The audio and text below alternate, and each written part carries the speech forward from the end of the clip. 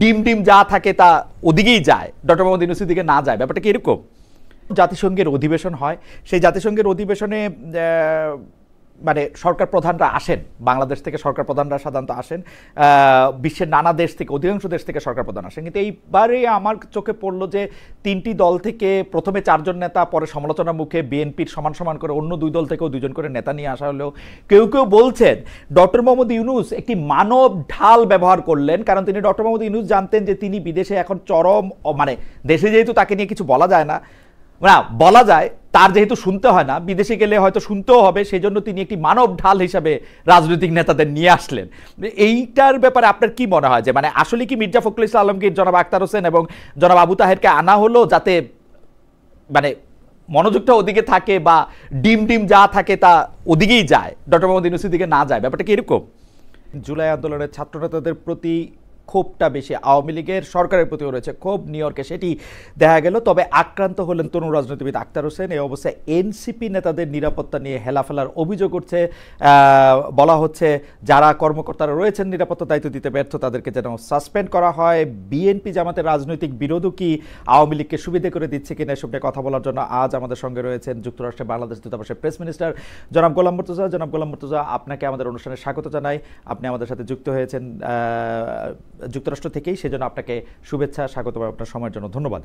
আমাদের সাথে আরও থাকছেন ঢাকা থেকে যুক্ত হচ্ছেন ভয়েস বাংলা সম্পাদক বিশিষ্ট সাংবাদিক জনাব মুসাফ ফিরোজ। জনাব মুসাফ ফিরোজ দিবু ভাই, আপনাকে ধন্যবাদ, কৃতজ্ঞতা এবং স্বাগত জানাই। আপনি আমাদের সাথে যোগ দিয়েছেন এবং সময় দিয়েছেন, সেই জন্য আমি একই প্রশ্ন আসলে আপনাদের দুজনকেই করতে চাই। তবে আমি শুরুটা মুর্তজা ভাই আপনাকে দিয়ে করতে চাই যে আখতার হোসেনকে নিউ ইয়র্ক প্রবাসী আওয়ামী লীগের হেনস্থার ঘটনায় নিউ ইয়র্ক কনসুলেটের সব কর্মীকে চাকরিচ্যুত করার দাবি তুলেছে এনসিপি।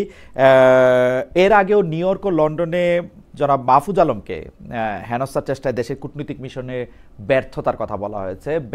কেউ কেউ ব্যর্থতার কথা বলছেন, কেউ কেউ স্যাবোটাজের কথা বলছেন যে তারা যে আসলে ভিআইপি দিয়ে বের হতে পারেননি সেই তথ্যটি ভিতর থেকে জানিয়ে দেওয়া হয়েছে বলে এইটার সম্মুখীন তারা হতে পেরেছেন।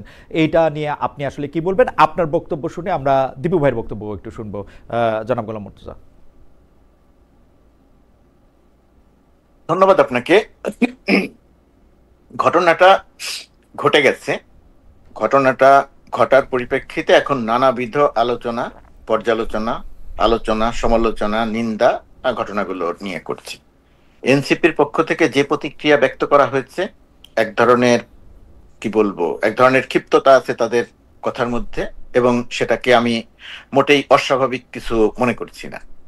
এবং তাদের পক্ষ থেকে যে কথাটা বলা হয়েছে যে এখানে যারা দায়িত্বরত ছিল, যদিও কনসুলেট, বাংলাদেশ কনসুলেট, নিউ ইয়র্কের যে বাংলাদেশ কনসুলেট, এটা তো সরাসরি এর সঙ্গে সম্পৃক্ত নয়। নিউ ইয়র্ক কনসুলেট মূলত সম্পৃক্ত 27 তারিখে ডক্টর মোহাম্মদ ইউনূসের যে প্রোগ্রামটা আছে বাংলাদেশি এনআরবির সঙ্গে, মানে প্রবাসী বাংলাদেশিদের সঙ্গে, সেই জায়গাটায় অনেকটা সম্পৃক্ত। এই ইউএনের এই প্রোগ্রামের পুরো ব্যাপারটা দেখাশোনা করে এখানে দূতাবাস তো থাকেই ওয়াশিংটন ডিসির, মূলত পার্মানেন্ট মিশন জাতিসংঘের। যাই হোক, সেটা আলাদা ব্যাপার। এটা সবাইকে মিলেই তো একটা সরকার, সবাইকে মিলেই তো পুরো ব্যাপারটা। তো এই কারণেই এই ব্যাপারটা আলোচনায় আছে যে কার ব্যর্থতার কারণে কিভাবে হলো। সরকারের পক্ষ থেকে ইতিমধ্যে একটি বিবৃতি দেয়া হয়েছে। আর আমি যেটুকু বলি যে এখানে দুইটা প্রসঙ্গ এসেছে, আপনার প্রশ্নের মধ্যে তার কিছুটা আছে, যে ডক্টর মোহাম্মদ ইউনূসের সফর সঙ্গী হয়ে 6জন রাজনীতিবিদ আসলেন। এই 6জন রাজনীতিবিদের মধ্যে একজন যেহেতু যুক্তরাষ্ট্রেই থাকেন, সঙ্গে এসেছেন 5 জন।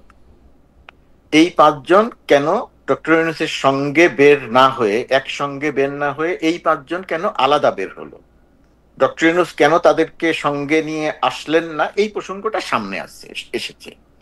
এটার ব্যাপারটা এখন জনে জনে গিয়ে বলা মুশকিল, এবং কতখানি পরিষ্কার করে বলা যায় সেটাও একটা ব্যাপার। তারপরেও আমি যেহেতু আপনার অনুষ্ঠানে যুক্ত হয়েছি, আমি একটু দর্শকদের একটু বলতে চাই। মানুষ বিচার করবে যে আসলে কার ভুল কার ব্যর্থতা, সেটা আলাদা। যখন প্লেন ল্যান্ড করে, উড়োজাহাজটি যখন ল্যান্ড করে, উড়োজাহাজটি কালকে প্রায় 40 মিনিট মতো ডিলে ছিল, যখন ল্যান্ড করার পরে সিক্রেট সার্ভিসের পক্ষ থেকে, যুক্তরাষ্ট্র সিক্রেট সার্ভিসের পক্ষ থেকে পুরো ব্যাপারটা দেখাশোনা করা হচ্ছিল। এমনিতেই ভিআইপিদের, রাষ্ট্রপ্রধানদের নিরাপত্তা দেয়া হয়, আর ডক্টর ইউনূস কে কেন্দ্র করে, সরকারকে কেন্দ্র করে, এনসিপি কে কেন্দ্র করে যেহেতু যুক্তরাষ্ট্রে আওয়ামী লীগের একটা সন্ত্রাসী কর্মকাণ্ডের আভাস পাওয়া যাচ্ছিল এবং ইতিপূর্বে তারা সেই সন্ত্রাসী কর্মকাণ্ড করেছিল, প্রতিবাদ নয়, প্রতিবাদ পর্যন্ত আমার কোনো বক্তব্য নাই, প্রতিবাদ করতেই পারে। তো এই সন্ত্রাসী কর্মকাণ্ডের পরিপ্রেক্ষিতে যেহেতু যুক্তরাষ্ট্র সরকারের সকল সংস্থাকে জানানো হয়েছিল বিষয়টি যেন তারা দেখভাল করেন এবং তারা সেই অনুযায়ী প্রস্তুত ছিল, সিক্রেট সার্ভিস বিশেষ গাড়ি একেবারে এয়ারপোর্টে যে জায়গাটাতে প্লেন থেমেছে প্রথমে সেই জায়গাতে যায়, সবাইকে সেখানে তারা গাড়ি থেকে নামেন এবং তাদেরকে সেই গাড়িতে সিক্রেট সার্ভিসের তত্ত্বাবধানে তোলা হয়, একটা বিশেষ গেট দিয়ে নিয়ে আসা হয়, সেই বিশেষ জায়গা থেকে নিয়ে আসা হয়। কিন্তু ওই জায়গাটাতে যে বিপত্তিটা বাঁধলো, যে সমস্যাটা যে জায়গাটাতে তৈরি হলো, দেখা গেল যে 5 জন রাজনীতিবিদ যারা সঙ্গে এসেছেন তাদের যে ভিসা ক্যাটাগরি, সেই ভিসা ক্যাটাগরি ডক্টর যে ভিআইপি গেট দিয়ে ডক্টর ইউনূস রাষ্ট্রপ্রধানের সঙ্গে বের হয়ে আসার যে ব্যাপারটা থাকে, তাদের ওই ভিসা ক্যাটাগরি এটাকে পারমিট করে না।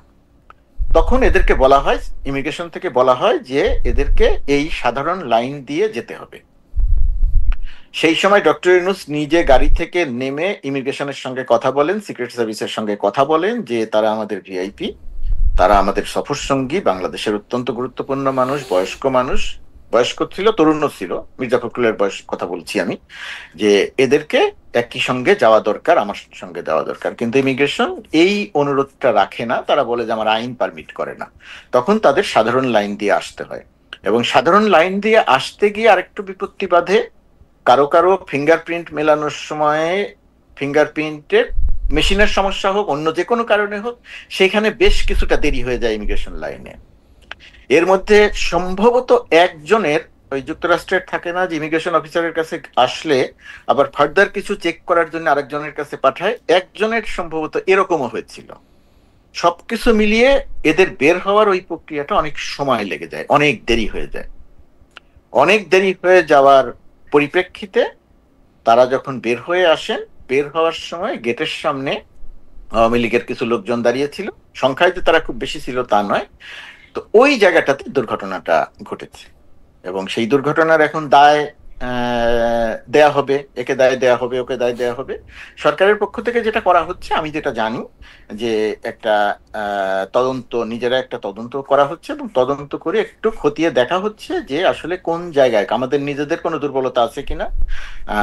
সেই দুর্বলতা যদি থেকে থাকে, আপনি যেটা বলছেন ভেতর থেকে কোনো তথ্য পাচার করা হয়েছে কিনা, তাদেরকে বিশেষভাবে জানানো হয়েছে কিনা, এই সমস্ত সবগুলো অভিযোগ বিবেচনায় নিয়েই একটু দেখা হচ্ছে যে কোন জায়গা থেকে কি ঘটলো এবং তার পরিপ্রেক্ষিতে আমার ধারণা যে পরবর্তী আপডেটটা পাওয়া যাবে এবং জানা যাবে। মুর্তজা ভাই, আপনাকে ধন্যবাদ। আপনি মানে একদম মানে ভালো মতোই একজন আমাদের সাবেককালের পেশা মানে রিপোর্টারদের মতো আপনি চমৎকার বর্ণনা দিয়েছেন। কিন্তু আমি এখানে একটা ছোট প্রশ্ন করতে চাই। প্রশ্নটা হচ্ছে যে ডক্টর মোহাম্মদ ইউনূস এবং তার সঙ্গে যারা এসছেন তারা কি এটা জানতেন না যে দুই রকম ভিসা ক্যাটাগরির যদি থাকে উনারা কোনো দিন এই নিরাপত্তা প্রোটোকল পাবেন না, যেটা ডক্টর মোহাম্মদ ইউনূসই বলুক আর ডোনাল্ড ট্রাম্পই বলুক। এইটা যাদের মার্কিন যুক্তরাষ্ট্রে একবার আসার অভিজ্ঞতা আছে তারাও এটা জানেন, যেই রকম ভিসা ক্যাটাগরি সেই রকম নিরাপত্তা বলয় তারা পাবেন। মানে ওনারা হত্যা দিয়ে পড়ে থাকলেও ওদেরকে ভিআইপি টার্মিনাল ব্যবহার করতে দেয়া হবে না, বা এইটা ব্যবহার করতে দেয়া হবে না। মানে আমি মার্কিন যুক্তরাষ্ট্রে খুব বেশিবার আসি নাই, 12, 13, 15 বার আসছি, কিন্তু আমি প্রথমবার থেকেই এটা জানি, কারণ প্রথমবার থেকেই এটা আমাকে একদম স্পষ্ট করে বলে দেওয়া হয়েছে 2003 সাল থেকে। এটা কি ডক্টর মোহাম্মদ ইউনূস এবং তার সরকারের তার প্রোটোকল এটা জানতেন না? এটা যে কোনো কারণেই হোক, এখন আপনি যে প্রশ্নটা করছেন, আপনার এই প্রশ্নের যে খুব সরাসরি বা সঠিক কোনো জবাব আমার কাছে আছে তা না। আমার একটু সমস্যা হচ্ছে খালেদ, আমি যেহেতু সাংবাদিক, তো সেই সাংবাদিক হওয়ার কারণে আমি যে কোনো বিষয়ই একটু ঘুরিয়ে পেঁচিয়ে, আপনি যেহেতু প্রশ্ন করেছেন তার একটা জবাব দিতে হবে, এদিকেও গেলাম না ওদিকেও গেলাম না, কিছু একটা পেঁচিয়ে পেঁচিয়ে বললাম। আমি আসলে ওই কাজটা করতে চাই না, করতে পারিও না। তো সেই কারণে আপনি যে প্রশ্ন করেছেন, আমার ধারণা যে এর সঙ্গে সংশ্লিষ্ট যারা ছিলেন, আমি নিজেকে যদি বলি আমি নিজেই পুরো ব্যাপারের সাথে আমার সম্পৃক্ততা নাই, কিন্তু তারপর আমি দায় এড়াচ্ছি না, এই ব্যাপারটা ডেফিনেটলি সেইভাবে প্রথম অবস্থাতে নজরে নেওয়া হয় নাই। এর একটা কারণ হয়তো হতে পারে, যেহেতু পলিটিশিয়ানরা একেবারে শেষ দিকে এসে সফরে যুক্ত হয়েছেন, যুক্ত হওয়ার কারণে হয়তো এই বিষয়টি ওইভাবে খতিয়ে দেখা হয় নাই, বিবেচনায় নেওয়া হয় নাই। যদি বিবেচনায় নেওয়া হতো তাহলে হয়তো প্রথম থেকেই জানা থাকতো। প্রথম থেকেই যদি জানা থাকতো তাহলে হয়তো বিষয়গুলো এরকম নাও হতে পারতো। ওকে, নিশ্চয়ই আপনি যে ওকে। প্রশ্ন করেছেন এবং মানুষ যে সমালোচনা করছেন, এটা তো একটা যুক্তি আছেই। আমি অবশ্য বিএনপির অ্যাঙ্গেল থেকেও আপনাকে একটু প্রশ্নটা করতে চাই, কিন্তু আমি আগে দিবু ভাইকে শুনে আসি যে যারা পরে এসে যুক্ত হয়েছে তাদের মধ্যে তাসনিম যারা ছিলেন, কিন্তু মির্জা ফখরুল ইসলাম আলমগীর এবং জনাব আখতার হোসেন আগে থেকেই যুক্ত ছিলেন এবং সমালোচনার মুখে আমি অনেক সমালোচনা করেছিলাম বিএনপি থেকে দুজন কেন, ওরা একজন একজন কেন।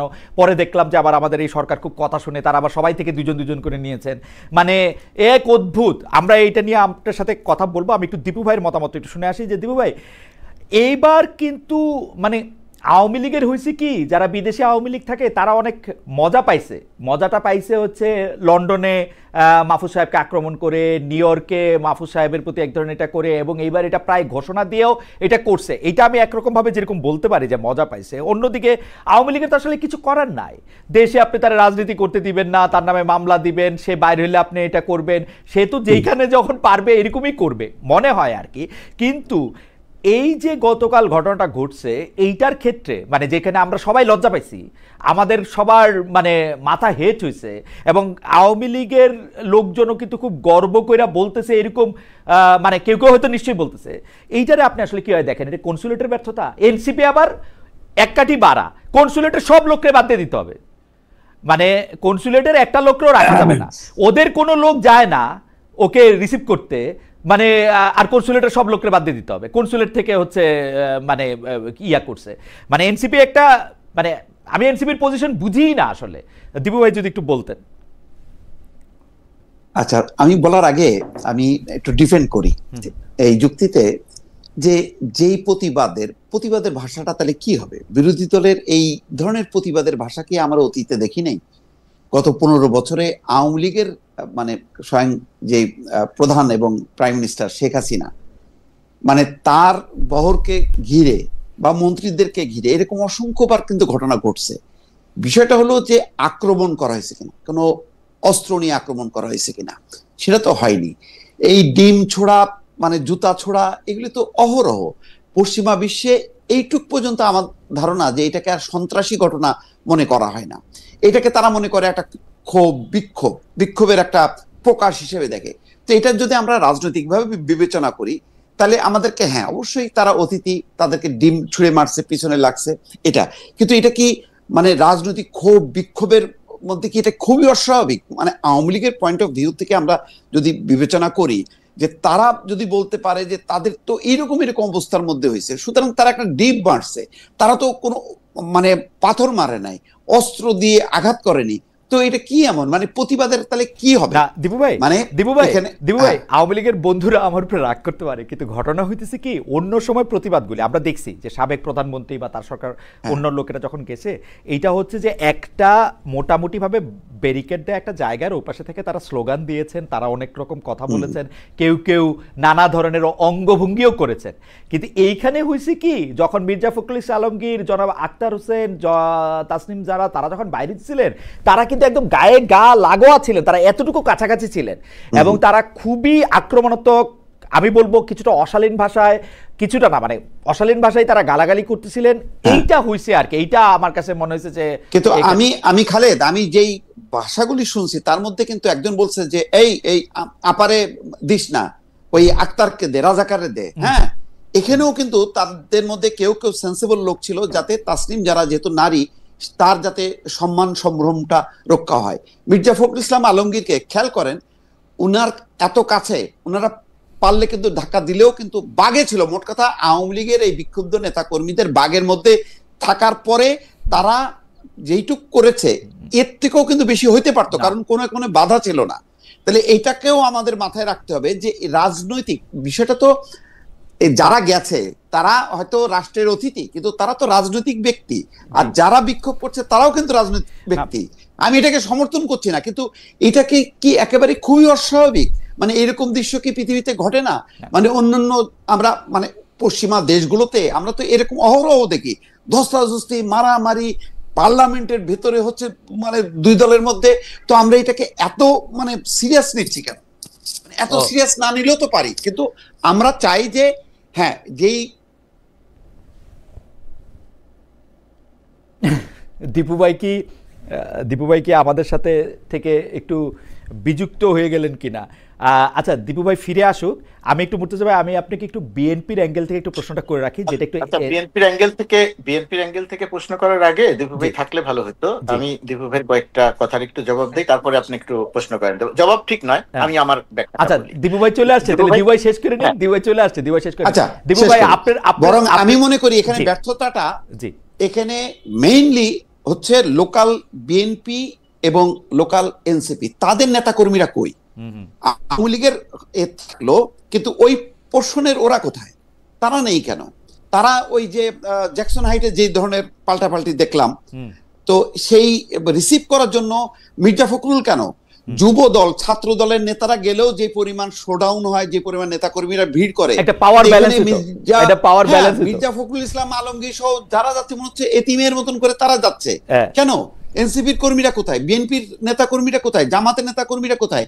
জামাতের নেতাকে তো মনে হয় দেখলাম না, উনি কি প্রোটোকল পাইছে কিনা আমি ঠিক জানি না, কারণ আমি চিনতে পারলাম না। দীপু ভাই তাহলে একটু আপনার কাছে আবার ফিরে আসি, কিন্তু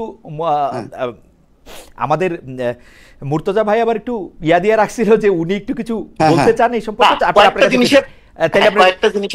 একটা সেকেন্ড মুর্তজা ভাই, আমাদের অনেক দর্শক আমাদের সাথে যুক্ত আছে, তো দুইজন দর্শকের প্রতিক্রিয়া একদম পাশাপাশি, তাদেরটা একটু পড়ে শোনাই। দীপু ভাই, নওশাদ আলী সাহেব লিখছেন যে ফিরোজ সাহেব ইনিয়ে বিনিয়ে এই আওয়ামী সন্ত্রাসীকে জায়েজ করার চেষ্টা করতেছে। আর জসউদ্দিন সাহেব একদম পরের প্রতিক্রিয়াটাই, সব ক্রিয়ার প্রতিক্রিয়া আছে খালেদ, ইউনুস মবক্রেসি কায়েম করেছিল দেশে। মুর্তজা ভাই, আপনি যদি একটু বলতেন দীপু ভাইয়ের প্রতিক্রিয়া, আপনি কথা বলতে চাইছিলেন। হ্যাঁ, ওইটার প্রতিক্রিয়ায় প্রথমে যেটা বলি যে এটা বিএনপি বলবে, এটা আমি বলবো না, কিন্তু তারপরেও ঘটনাটা যেহেতু আমি জানি সেই কারণে বলছি। বিএনপির এই 4 নম্বর গেট, যে টার্মিনাল 4 নম্বর টার্মিনালে, এই জায়গাটাতে বিএনপির গতকালকে 200 থেকে 300 নেতাকর্মী ছিল। গিয়াস আহমেদের নেতৃত্বে 200 থেকে 300 নেতাকর্মী ছিল।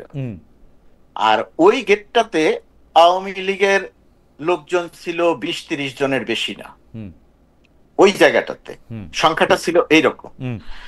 ঘটনাটা যেটা হলো, যখন, এবং আপনি জানেন, আপনি আগের অংশে বলছিলেন যে ভিআইপি ভিভিআইপিরা কি ধরনের ব্যাপার হয়, এদেরকে সিক্রেট সার্ভিস বা বিশেষ ব্যবস্থায় বের করে নিয়ে যাওয়া হলে এমন গেট দিয়ে বের করে নিয়ে যায়, এই সামনে থাকা যারা থাকেন তারা বুঝতেও পারেন না যে কখন ঢুকলেন, কখন বের হইলেন, আদৌ চলে গেলেন কিনা, এটা বোঝা যায় না। তো গতকালকেও তাই হয়েছে, এদেরকে বের করে নিয়ে যাওয়া হয়েছে, প্রধান উপদেষ্টার গাড়িকে বের করে নিয়ে যাওয়া হয়েছে। ওইটার পরপর বিএনপি নেতৃবৃন্দ জেনেছেন যে প্রধান উপদেষ্টা সঙ্গে আমাদের যারা এসেছেন তারা চলে গেছেন। তখন বিএনপির, আমি জানি দেখে বলছি, বিএনপির তখন ধারণা হয়েছে যে তাদের মহাসচিব চলে গেছে, হোটেলে যাবে, তারা তখন হোটেলের উদ্দেশ্যে রওনা দিয়েছেন জায়গাটা ছেড়ে। ওকে, আমি শেষ করি, আমি এটাই একমাত্র না, তো জায়গাটা ছেড়ে। ওই কারণে বিএনপিকে ওইখানে ওই সময়টাতে দেখা যায়নি। বিএনপি যখন আবার যেতে চেয়েছে তখন পুলিশ আবার আটকে দিয়েছে যে আর ওইদিকে যাওয়া যাবে না। তো এইটা হচ্ছে বিএনপির কথা। আর এনসিপির যেটা ছিল, যে এনসিপির তো মূলত তরুণ ছাত্ররা, এখানের বিভিন্ন বিশ্ববিদ্যালয়ে পড়াশোনা করা, ওদের বড় একটা অংশ, ওরা মনে করেছে বা ওদের ধারণা ছিল যে এয়ারপোর্টে গিয়ে লাভ নেই, কারণ এয়ারপোর্ট তো বিশেষ ব্যবস্থায় বের হয়ে চলে আসবে, ওইখানে তো আমরা কাউকে পাবো না, দেখবো না, যে কারণে ওরা ছিল হোটেলের সামনে, ওরা এয়ারপোর্টে যায় নাই।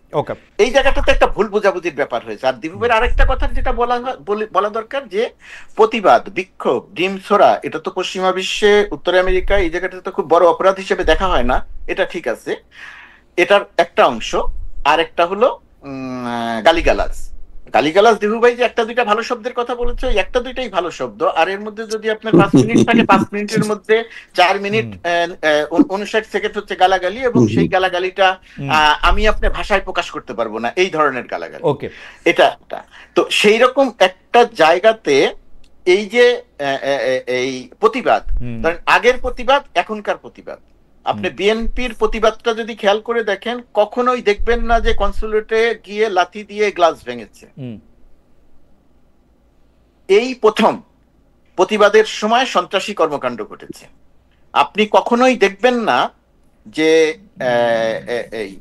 এইভাবে করে সন্ত্রাসী কর্মকাণ্ড করা হয়েছে। আপনি দেখবেন যে শামীম ওসমানকে যখন জ্যাকসন হাইটসে কথা বলা হয়েছে, আটকানো হয়েছে, ঠিক যেভাবে সুইজারল্যান্ডে আসিফ নজরুলকে আটকানো হয়েছিল। আসিফ নজরুল, এখন সমস্যাটা হচ্ছে সরকারের প্রতিক্রিয়ায়, দলের প্রতিক্রিয়ায়। ওকে, শামীম ওসমানকে যখন আটকানো হয়েছিল, আমি খুঁজে খুঁজে, আমি শেষ করি, জি ভাই, এক মিনিট, জি জি, খুঁজে খুঁজে বাংলাদেশে কার বাড়ি কোথায় সেই বাড়িগুলোতে আক্রমণ করেছিল যুবলীগ ছাত্রলীগ। আর বর্তমান সরকারের সময় মাহফুজ আলমের উপরে যারা আক্রমণ করেছে তারা তো চেনা পরিচিত, লন্ডনে এবং কনসুলেটে। এর বাইরে যখন যেখানে যার উপরে আক্রমণ হয়েছে কারো বাড়ি কিন্তু আক্রান্ত হয় নাই, সরকার কিন্তু ওই প্রতিশোধমূলক ব্যবস্থাটা নেয় নাই। এখন এই জায়গাগুলো হচ্ছে পার্থক্য। আওয়ামী লীগ দেশে জনসভা করতে পারছে না, মিটিং করতে পারছে না, কার্যক্রম নিষিদ্ধ, এই কারণে সে দেশের বাইরে সন্ত্রাসী কর্মকাণ্ড করছে, বিষয়টা তা নয়। এটা হচ্ছে আওয়ামী লীগের চরিত্র, আওয়ামী লীগের চরিত্রটা, সেই চরিত্রের প্রকাশটাই আমরা দেশের বাইরে দেখছি। আমি শুধু দুইটা জিনিসের ক্ষেত্রে আপনার দৃষ্টি আকর্ষণ করতে চাই। গিয়াস আহমেদ ভাই, আমিও মানে আমার সাথেও ওনার সম্পর্ক খুবই ক্লোজ, কিন্তু আমি গিয়াস আহমেদ ভাইয়ের দাবিটা যেটা আপনার কাছে করছে সেটা আমি কিছুতেই এটাকে আমি 10-এ 1 পয়েন্টও দিতে পারবো না। কারণ হচ্ছে আমি আবারও আমার উদাহরণ দিই, আমি খুবই নগণ্য একজন মানুষ। আমাকে যখন নিতে জেএফকে বিমানবন্দরে প্রথমবারের মতো আমার বন্ধুরা আসছে, বিশেষ এক কারণে আমাকে 3 ঘন্টা সেখানে আমার দেরি হয়েছিল, ওরা কিন্তু 3 ঘন্টা সেখানেই ছিল। মির্জা ফখরুল ইসলাম আলমগীর ভাই গেছেন কি বাইরে হন নাই, এই তথ্যটুকু তারা জানেন না। এইটা আমার কাছে সম্পূর্ণ অবিশ্বাস্য, এটার মধ্যে আমার কোনো পয়েন্ট নাই। 2 নাম্বার হচ্ছে এনসিপির লোকেরা যে পরে আপনাকে বলছে বা এনসিপির লোকেরা যে দাবি করছে তারা জানতো যে এয়ারপোর্টে গেলে তাদের দেখা পাবে না। এনসিপির লোকেরা অবশ্যই ভালো করে জানতো আওয়ামী লীগ তাদেরকে, ওই লোকজনদেরকে যাদের নেতারা তাদের আসতেছে তাদেরকে তারা প্লেকার্ড দেখাবে, তাদেরকে তারা বর্জন করবে, তাদেরকে তারা বিব্রত করতে চেষ্টা করবে। সেখানে এনসিপি এয়ারপোর্টে থাকার মতো 4টা লোক নাই, এটাও অবিশ্বাস্য। মানে হয়তো লোক নাই, কিন্তু ঘটনা এটা না। মানে এটা হচ্ছে যে আমার 2 পয়সা আমি দিয়ে রাখলাম। আমি একটু দীপু ভাইয়ের কাছে যাইতে চাই যে দীপু ভাই, আপনি তাসনিম জারাকে আক্রমণ করা হয় না আপনি বলতেছেন, কিন্তু ঘটনা হচ্ছে তাসনিম জারাকে আসলে ভার্বালি প্রচুর পরিমাণে আক্রমণ করা হয়েছে। আমার এক বন্ধু আমাকে বলতেছেন যে তাকে আসলে একটি ডিমও মারা হয়েছিল, তিনি শেষ মুহূর্তে কোনোভাবে ডাক করে বেঁচে যান, এবং যে ভাষায় তাকে গালাগালি করা হয়েছে সেরকম আর কখনো ঘটে নাই। মুর্তজা ভাই বললেন যে কনসুলেট আক্রমণ করার মতো ঘটনা কখনো ঘটে নাই। আপনার মন্তব্য একটু শুনতে চাই। শুধু একটি লেজ জোড়া দিয়ে জামাতে ইসলামীর নেতা তাহের ভাই যে বেরিয়ে আসলেন, তিনি আসলে কোন পথে বেরোলেন? তিনি কি ডক্টর ইউনূসের সাথে বেরিয়েছিলেন, আগে বেরিয়েছেন, পরে বেরিয়েছেন? তার ক্ষেত্রে কি হয়েছিল আমাদের কি জানা আছে? এই লেজটা আবার আমরা গোলাম মুর্তজা ভাইয়ের কাছে জি আমি এইটা বলি। জামাতে ইসলামীর নেতাও এই দলের সঙ্গেই ছিলেন, এই দলের সঙ্গে মির্জা ফখরুল ইসলাম আলমগীর ছিলেন, তারেক রহমানের পররাষ্ট্র বিষয়ক উপদেষ্টা ছিলেন, আক্তার ছিলেন, যারা ছিলেন, এবং প্রেস উইং এর 2 জন ছিলেন।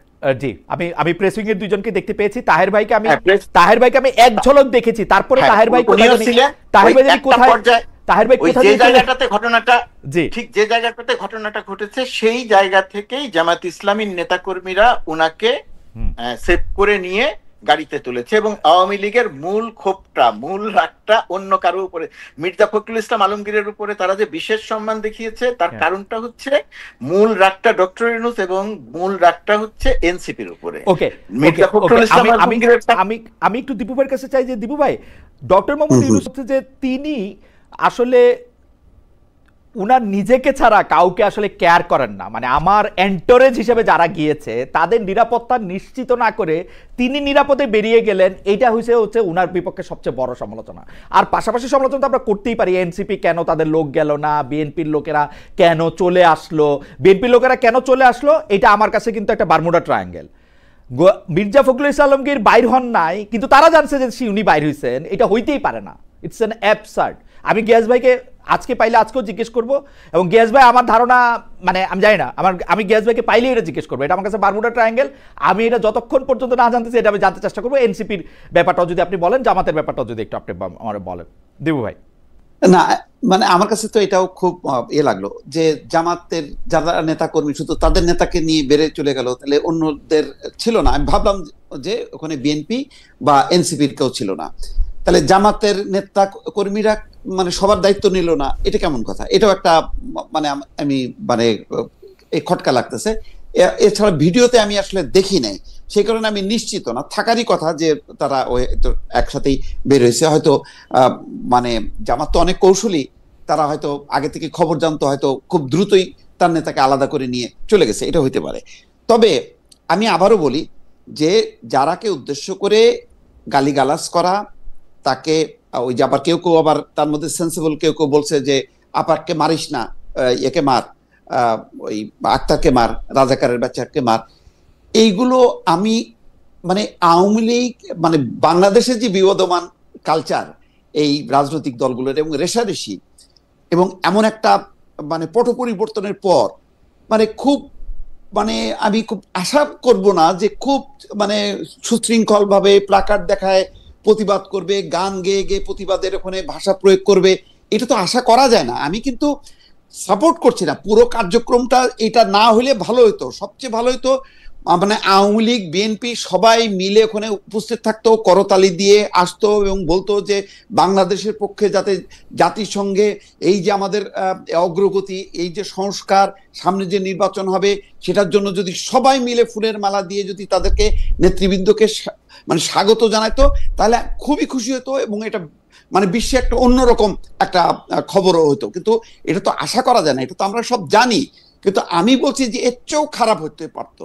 সেই তুলনায় আমি মনে করি যে এটা এত মানে মারাত্মক খারাপ হয়নি। কিন্তু তার মানে এই নয় যে আমি সাপোর্ট করছি। একটা গণমাধ্যম কর্মী হিসাবে আমি সব সাইটই ব্যাখ্যা করব।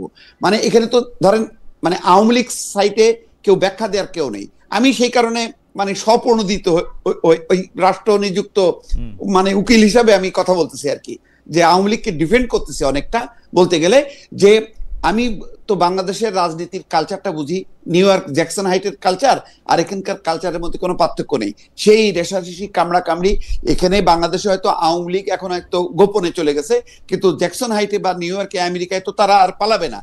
তারা যখন উপস্থিত থাকবে তখন তাদের কালচার কি হতে পারে, যখন তারা ছিল না অন্য পক্ষ যখন ছিল তাদের কালচার কি ছিল, সেগুলো তো সবই দেখেছি জেনেছি।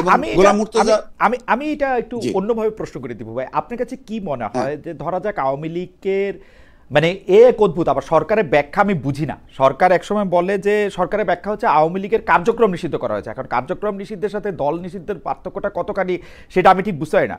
কিন্তু আওয়ামী লীগ যদি এখন তাদের কার্যক্রম নিষিদ্ধের জায়গা থেকে আন্তর্জাতিকভাবে এইটার একটা মানে তৈরি করতে চায়, যে কারণে এখানে আওয়ামী লীগ বিএনপি করা, সেটা কি তাদের পক্ষে গেল? মানে আজকে যে কাজটা, গতকাল যে কাজটা আওয়ামী লীগ করেছে, তার কিছুদিন আগে যে কাজটা আওয়ামী লীগ করেছে, সেটা কি তাদের পক্ষে যাচ্ছে ঘটনাটা?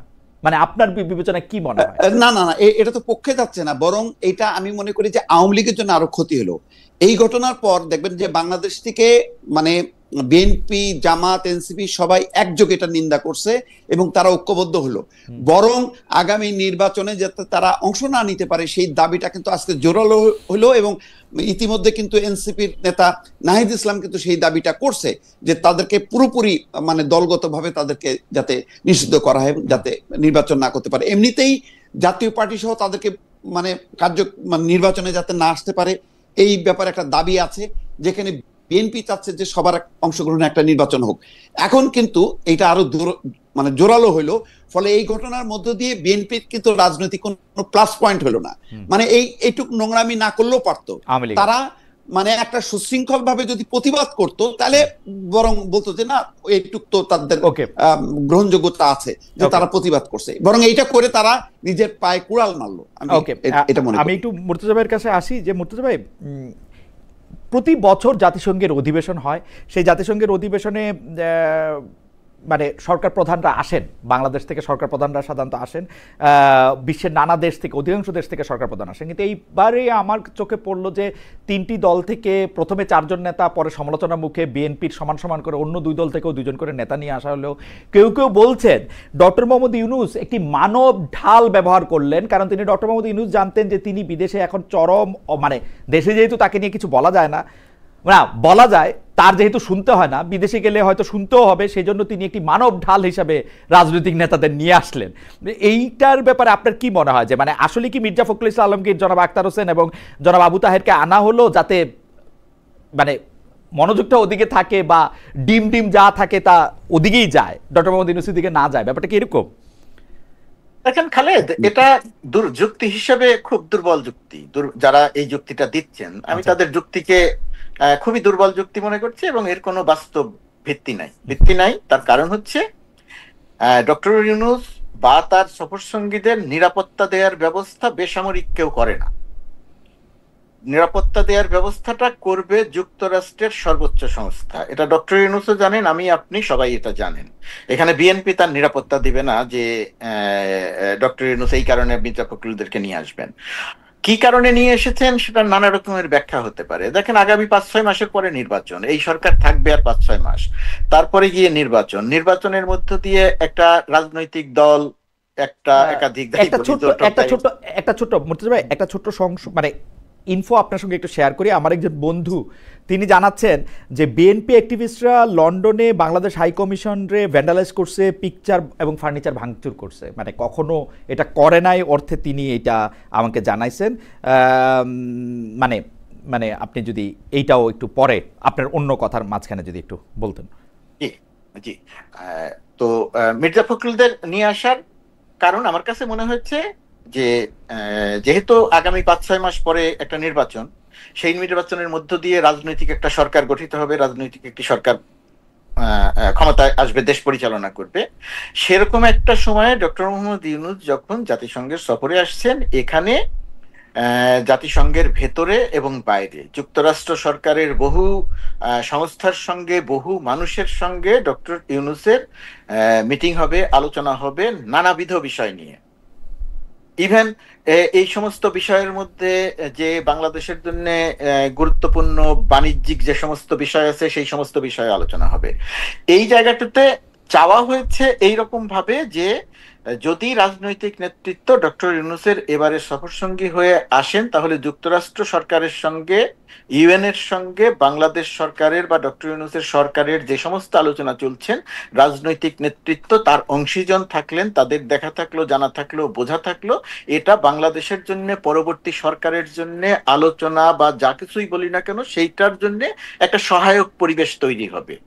আর আরেকটা জিনিস যে রেওয়াজ ছিল না সরকারি দলের বাইরে কখনো রাজনৈতিক দলের কর্মী নেতাদেরকে সম্পৃক্ত করা, এই সরকার হয়তো সেটাও একটা দেখাতে চেয়েছে যে রাজনীতিতে সক্রিয় দলগুলো, সেই দলগুলোর নেতাদেরকেও সফরসঙ্গী করা হলো। এইগুলো অনেক কিছু কারণ হতে পারে, কিন্তু এই কারণটা কোনোভাবেই ওই কারণ না যে মানব ঢাল হিসেবে ব্যবহার করার জন্য বিএনপি যাতে আওয়ামী লীগের বিপরীতে মাঠে থাকে সেটা প্রমাণ করানোর জন্য বা কৌশলের অংশ হিসেবে রাজনৈতিক নেতৃবৃন্দকে নিয়ে আসা হলো। এটা যুক্তি হিসেবে আমার কাছে অত্যন্ত দুর্বল যুক্তি, এবং আমার কাছে অবশ্যই কোনো ভিত্তিমূলক যুক্তি মনে হয় না। দীপু ভাই, এই ব্যাপারে আপনার মন্তব্য একটু আমি শুনতে চাই যে আসলে আমার প্রশ্ন, মানে মুর্তজা ভাই যেটা বলছিলেন প্রশ্নটাও যে শুনছেন, আমি শুধু যুক্ত করতে চাই যে অনেকেই বলতেছেন যে বিএনপি ডক্টর মোহাম্মদ ইউনূসের সাথে এসে অ্যাটলিস্ট বিএনপি এবং কিছু ক্ষেত্রে জামায়াত, তাদের আসলে কোনো পয়েন্ট যোগ হয় নাই, বরং তাদের কিছু পয়েন্ট বিয়োগ হইল এই সরকারের অংশীদার হিসাবে বিদেশে এসে তারা আসলে রাজনৈতিকভাবে লুজ করলেন, কারণ এই সরকারে ইতিমধ্যে নিজেদেরকে ব্যর্থ প্রতিপন্ন করেছেন। ওই সরকারের ব্যর্থতা নিজেদের গায়ে লাগানোর কোনো যুক্তি হয় না। আপনি যদি একটু বলেন। না, সেটা সত্য, কিন্তু এই দায় তো এড়াতে পারে না। সুতরাং বিএনপি এবং জামাতকে এই দায়টা নিতেই হবে, এবং তারা নিয়েছে, এটা ভালো করেছে। কিন্তু ওই একটা কথা আমি যুক্ত করতে চাই, এই টিম সিলেকশনটা কিন্তু আসলে আমার পছন্দ হয়নি। ডক্টর মোহাম্মদ ইউনূস যে মাপের মানুষ, তার উনি মানে দলকে সিলেক্ট করছে, কিন্তু তার বাইরেও গুরুত্বপূর্ণ অনেকগুলো মানুষ কিন্তু বাদ পড়ে গেছে। দেখেন, ডাকসুর সাবেক 3 জন ভিপি, তারা 3 জনই কিন্তু শেখ হাসিনা বিরোধী আন্দোলনে ছিলেন। আসম আব্দুর রব, মাহমুদুর রহমান মান্না এবং নুরুল হক নূর, এই 3 জনের একজনও নেই। তারপরে দেখেন কর্নেল অলি নেই। মানে ফিরোজ ভাই, কে নেই এটা বলে তো শেষ করা যাবে না। আমি বলি যে উনার একটা টিম, উনি যেটা গোলাম মুর্তজা বলছিল যে বিভিন্ন যে স্টেক হোল্ডারদের সাথে যে কথা বলবে, জি, সেই কথা বলা, এবং যেহেতু নির্বাচন আছে, ডক্টর মোহাম্মদ ইউনূসের সাথে সম্পর্কটা আরো গভীর করা, কিভাবে স্মুথলি দেশে ফিরে যাতে নির্বাচনের বৈতরণীটা পার হওয়া যায়, সেই আলোচনাটা তারা একান্তে করতে পারতেন। কারণ ওখানে আসলে এত ভিড়ের মধ্যে ডক্টর মোহাম্মদ ইউনূস যে খুব দ্বিপাক্ষিক অনেকগুলো বৈঠক করতে পারবেন, অনেক সুযোগ আছে, সেটা আমার মনে হয় না। বরং গুরুত্ব হচ্ছে দেশের রাজনীতি হয়তো এখানে কথা বলা মানে কিছুটা কঠিন বা জটিলতা। সেই 10 জন 8 জন বা 10 জন যদি নিউ ইয়র্কে যেতেন, কথা বলতেন, তাহলে এই টিম সিলেকশনটা ভালো হতো এবং এটা প্রেজেন্টেবল হতো। এখন আপনি এনসিপি কে বিবেচনা করলেন, তাহলে ওই যে এবি পার্টি মুজিবুল হক মঞ্জু নেই কেন, গণ অধিকার পরিষদ নেই, এই প্রশ্নগুলি আমি বললাম আজকে এই প্রশ্নগুলি কিন্তু উঠবে। এই সিলেকশনের ক্ষেত্রেও আমার মনে হয় যে আরেকটু ম্যাচুরিটি পরিচয় দিলে ভালো হতো। এই আলোচনাটা দরকার ছিল সামনে। না, এনসিপি হচ্ছে ডক্টর মোহাম্মদ ইউনূসের কৃতজ্ঞতার বহিঃপ্রকাশ। উনারা এনসিপিরা ডক্টর মোহাম্মদ ইউনূসকে বসাইছে, এনসিপি বিপ্লবের দল, এনসিপি থাকবেই। জামায়াত এবং বিএনপি দুইটা বড় দল হিসেবে ছিল, মানে ডক্টর মোহাম্মদ ইউনূসের পলিটিশিয়ান সিলেকশন হচ্ছে এনসিপি এন্ড আদার টু। আমি মনে করি যে উনি যেহেতু ব্যক্তি, ওনার উচিত ছিল যে এখানে রাজনৈতিক প্রজ্ঞাটাকে সামনে আনা। এখানে মানে দলের চেয়ে ব্যক্তি গুরুত্বটা দিলে ভালো হতো, এটা আমার বিবেচনা। এটা অন্যরা হয়তো বিবেচনা নাও করতে পারে। আর এনসিপি তো অবশ্যই তাদের একটা প্রতিনিধি একজন বা দুজন থাকলো, 5 জনও থাকলো, কিন্তু এটাও মাথায় রাখা দরকার যে সময় মানে এই বিপ্লবটা সংগঠিত হয়েছে বা গণঅভ্যুত্থান সংগঠিত হয়েছে, তখন কিন্তু এটা এনসিপি না, তখন কিন্তু বৈষম্য বিরোধী ছাত্র আন্দোলন প্রতিনিধি তারা। তো সুতরাং ওই চরিত্র আর এই চরিত্র কিন্তু এক করা যাবে না। এখন এই দলটা যদি এতই গুরুত্ব হইতো তাহলে নিবন্ধনটা দেরি হচ্ছে কেন? নিবন্ধন তো পেয়ে যেত। আজকে দেখলাম শাপলাও তাদেরকে দেয়নি। মানে কথা বললে অনেক রকম কথা বলা যায়, আমি এই বিতর্কে যেতে চাই না। বিতর্ক হলো যে ডক্টর মোহাম্মদ ইউনূসের সাথে একটা খুবই প্রতিনিধিত্বশীল, মানে শেখ হাসিনার বিরোধী আন্দোলনে যারা খুব সক্রিয় ছিল, পরিচিত মুখগুলো ছিল, সেই মুখগুলো যদি থাকতো তাহলে সবার জন্য ভালো লাগতো, আমার জন্য ভালো লাগতো। এটা আমার ব্যক্তিগত মানে একটা আকাঙ্ক্ষা বা বহিঃপ্রকাশ। মনে হয় এর জন্য রাজনৈতিক সংকট নিরসনে, যেহেতু এখনো নির্বাচন, দেখেন নির্বাচন হবে, কিন্তু বহু মানুষ কিন্তু মনে করে যে ফেব্রুয়ারিতে নির্বাচন হবে না। এই অনিশ্চয়তার দেয়ালগুলি না, কারণ হচ্ছে যে দিবু ভাই এই অনিশ্চয়তাটা আপনি বলেন বলে, মানে আমি কথার কথা বলতেছি, মানে আমরা সবাই মিলে এই অনিশ্চয়তার কথা বলি বলেই মনে মানুষের মনে অনিশ্চয়তা। আমি তো কোনো অনিশ্চয়তা দেখি না। আমি দেখি ফেব্রুয়ারিতে যথাসময়ে ইলেকশন হবে।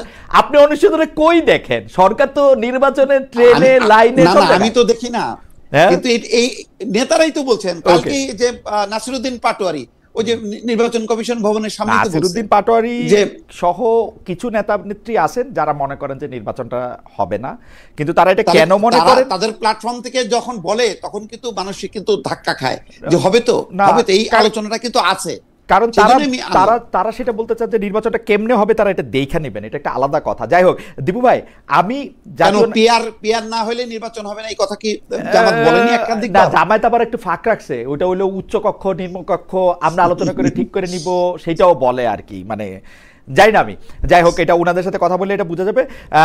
তবে মুর্তজা ভাই, আজকে আপনাকে আমার বন্ধুরা অনেক বেশি দেখতেছেন। এখানে আমার একজন সিনিয়র বন্ধু যিনি আমেরিকাতে থাকেন, তিনি বলতেছেন যে 60-70 জনের মতো জামাতে ইসলামীর সমর্থকরা গিয়ে ফুলেল শুভেচ্ছা দিয়ে জনাব আবু তাহেরকে সেখানে রিসিভ করেছেন এবং তাকে নিয়ে আসলে খুব আনন্দ করতে করতে তারা সেখান থেকে চলে গিয়েছেন। একই জায়গায় থাকা বিএনপির, মানে ওনারা আরেকটা প্ল্যাটফর্মে ছিলেন, তারা এখানে এসে পৌঁছাতে পারেন না এবং তারা ভুল খবর পেয়েছিলেন।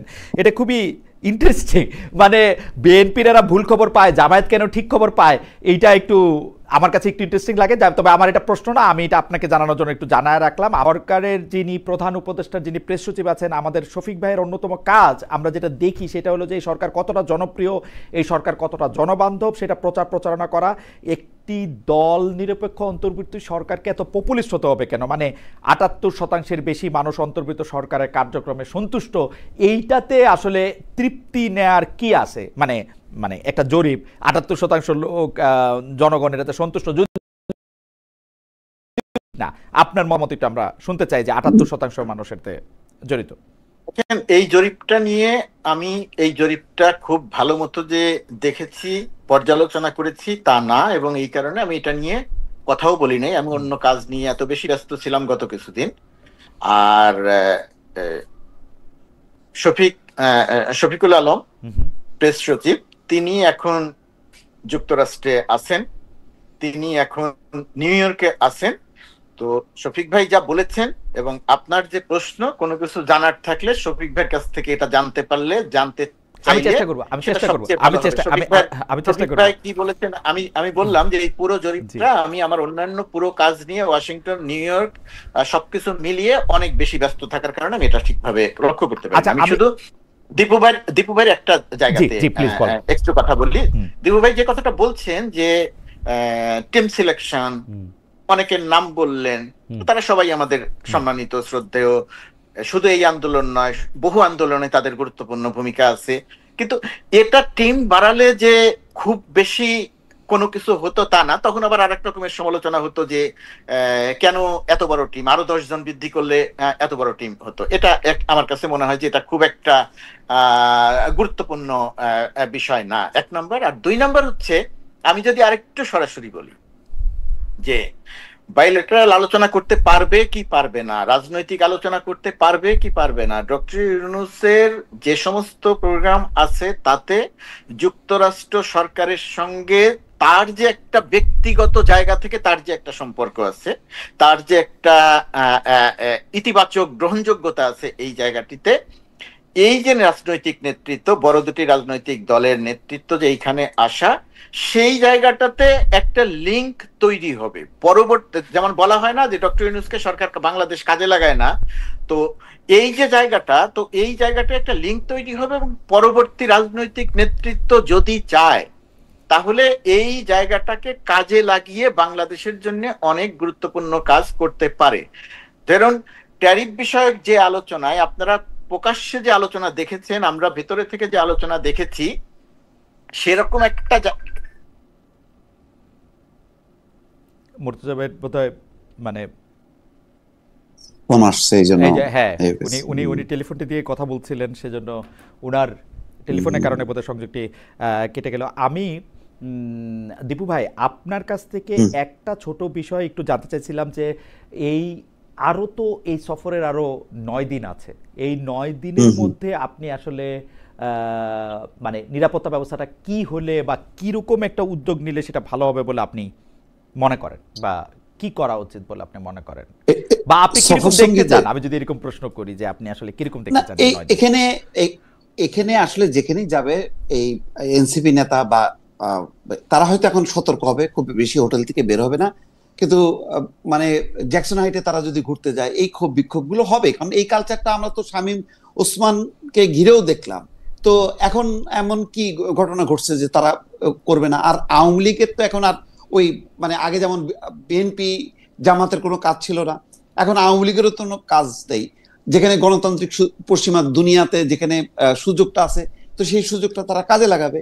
এটাই তো হয়ে আসছে আমার কাছে। কিন্তু এই জন্য আমি বলি যে খুব যে একেবারে মহাভারত অশুদ্ধ হয়ে গেছে এমন একটা ঘটনা ঘটে গেল এরকম, হ্যাঁ কেউ যদি হামলার শিকার হতো, আহত হতো, তাহলে একটা এই আলোচনাটা খুব প্রাসঙ্গিক ছিল। এই ক্ষোভ বিক্ষোভটা আওয়ামী লীগ করবে না, এটা তো ভাবতেই পারি না। আপনি এটাকে খুব মানে বড় ঘটনা আপনি মনে করছেন না, সেটা আপনি বললেন যে মুর্তজা ভাই ফিরে আসছেন ফোন সেটা। মুর্তজা ভাই আপনি যেটা বলেছেন এটা আমি বুঝেছি, আপনি কি এই লাইন শেষ করবেন? আমার একটা প্রশ্ন ছিল যে আপনি বলছিলেন যে ডক্টর ইউনূসকে কাজে লাগানো।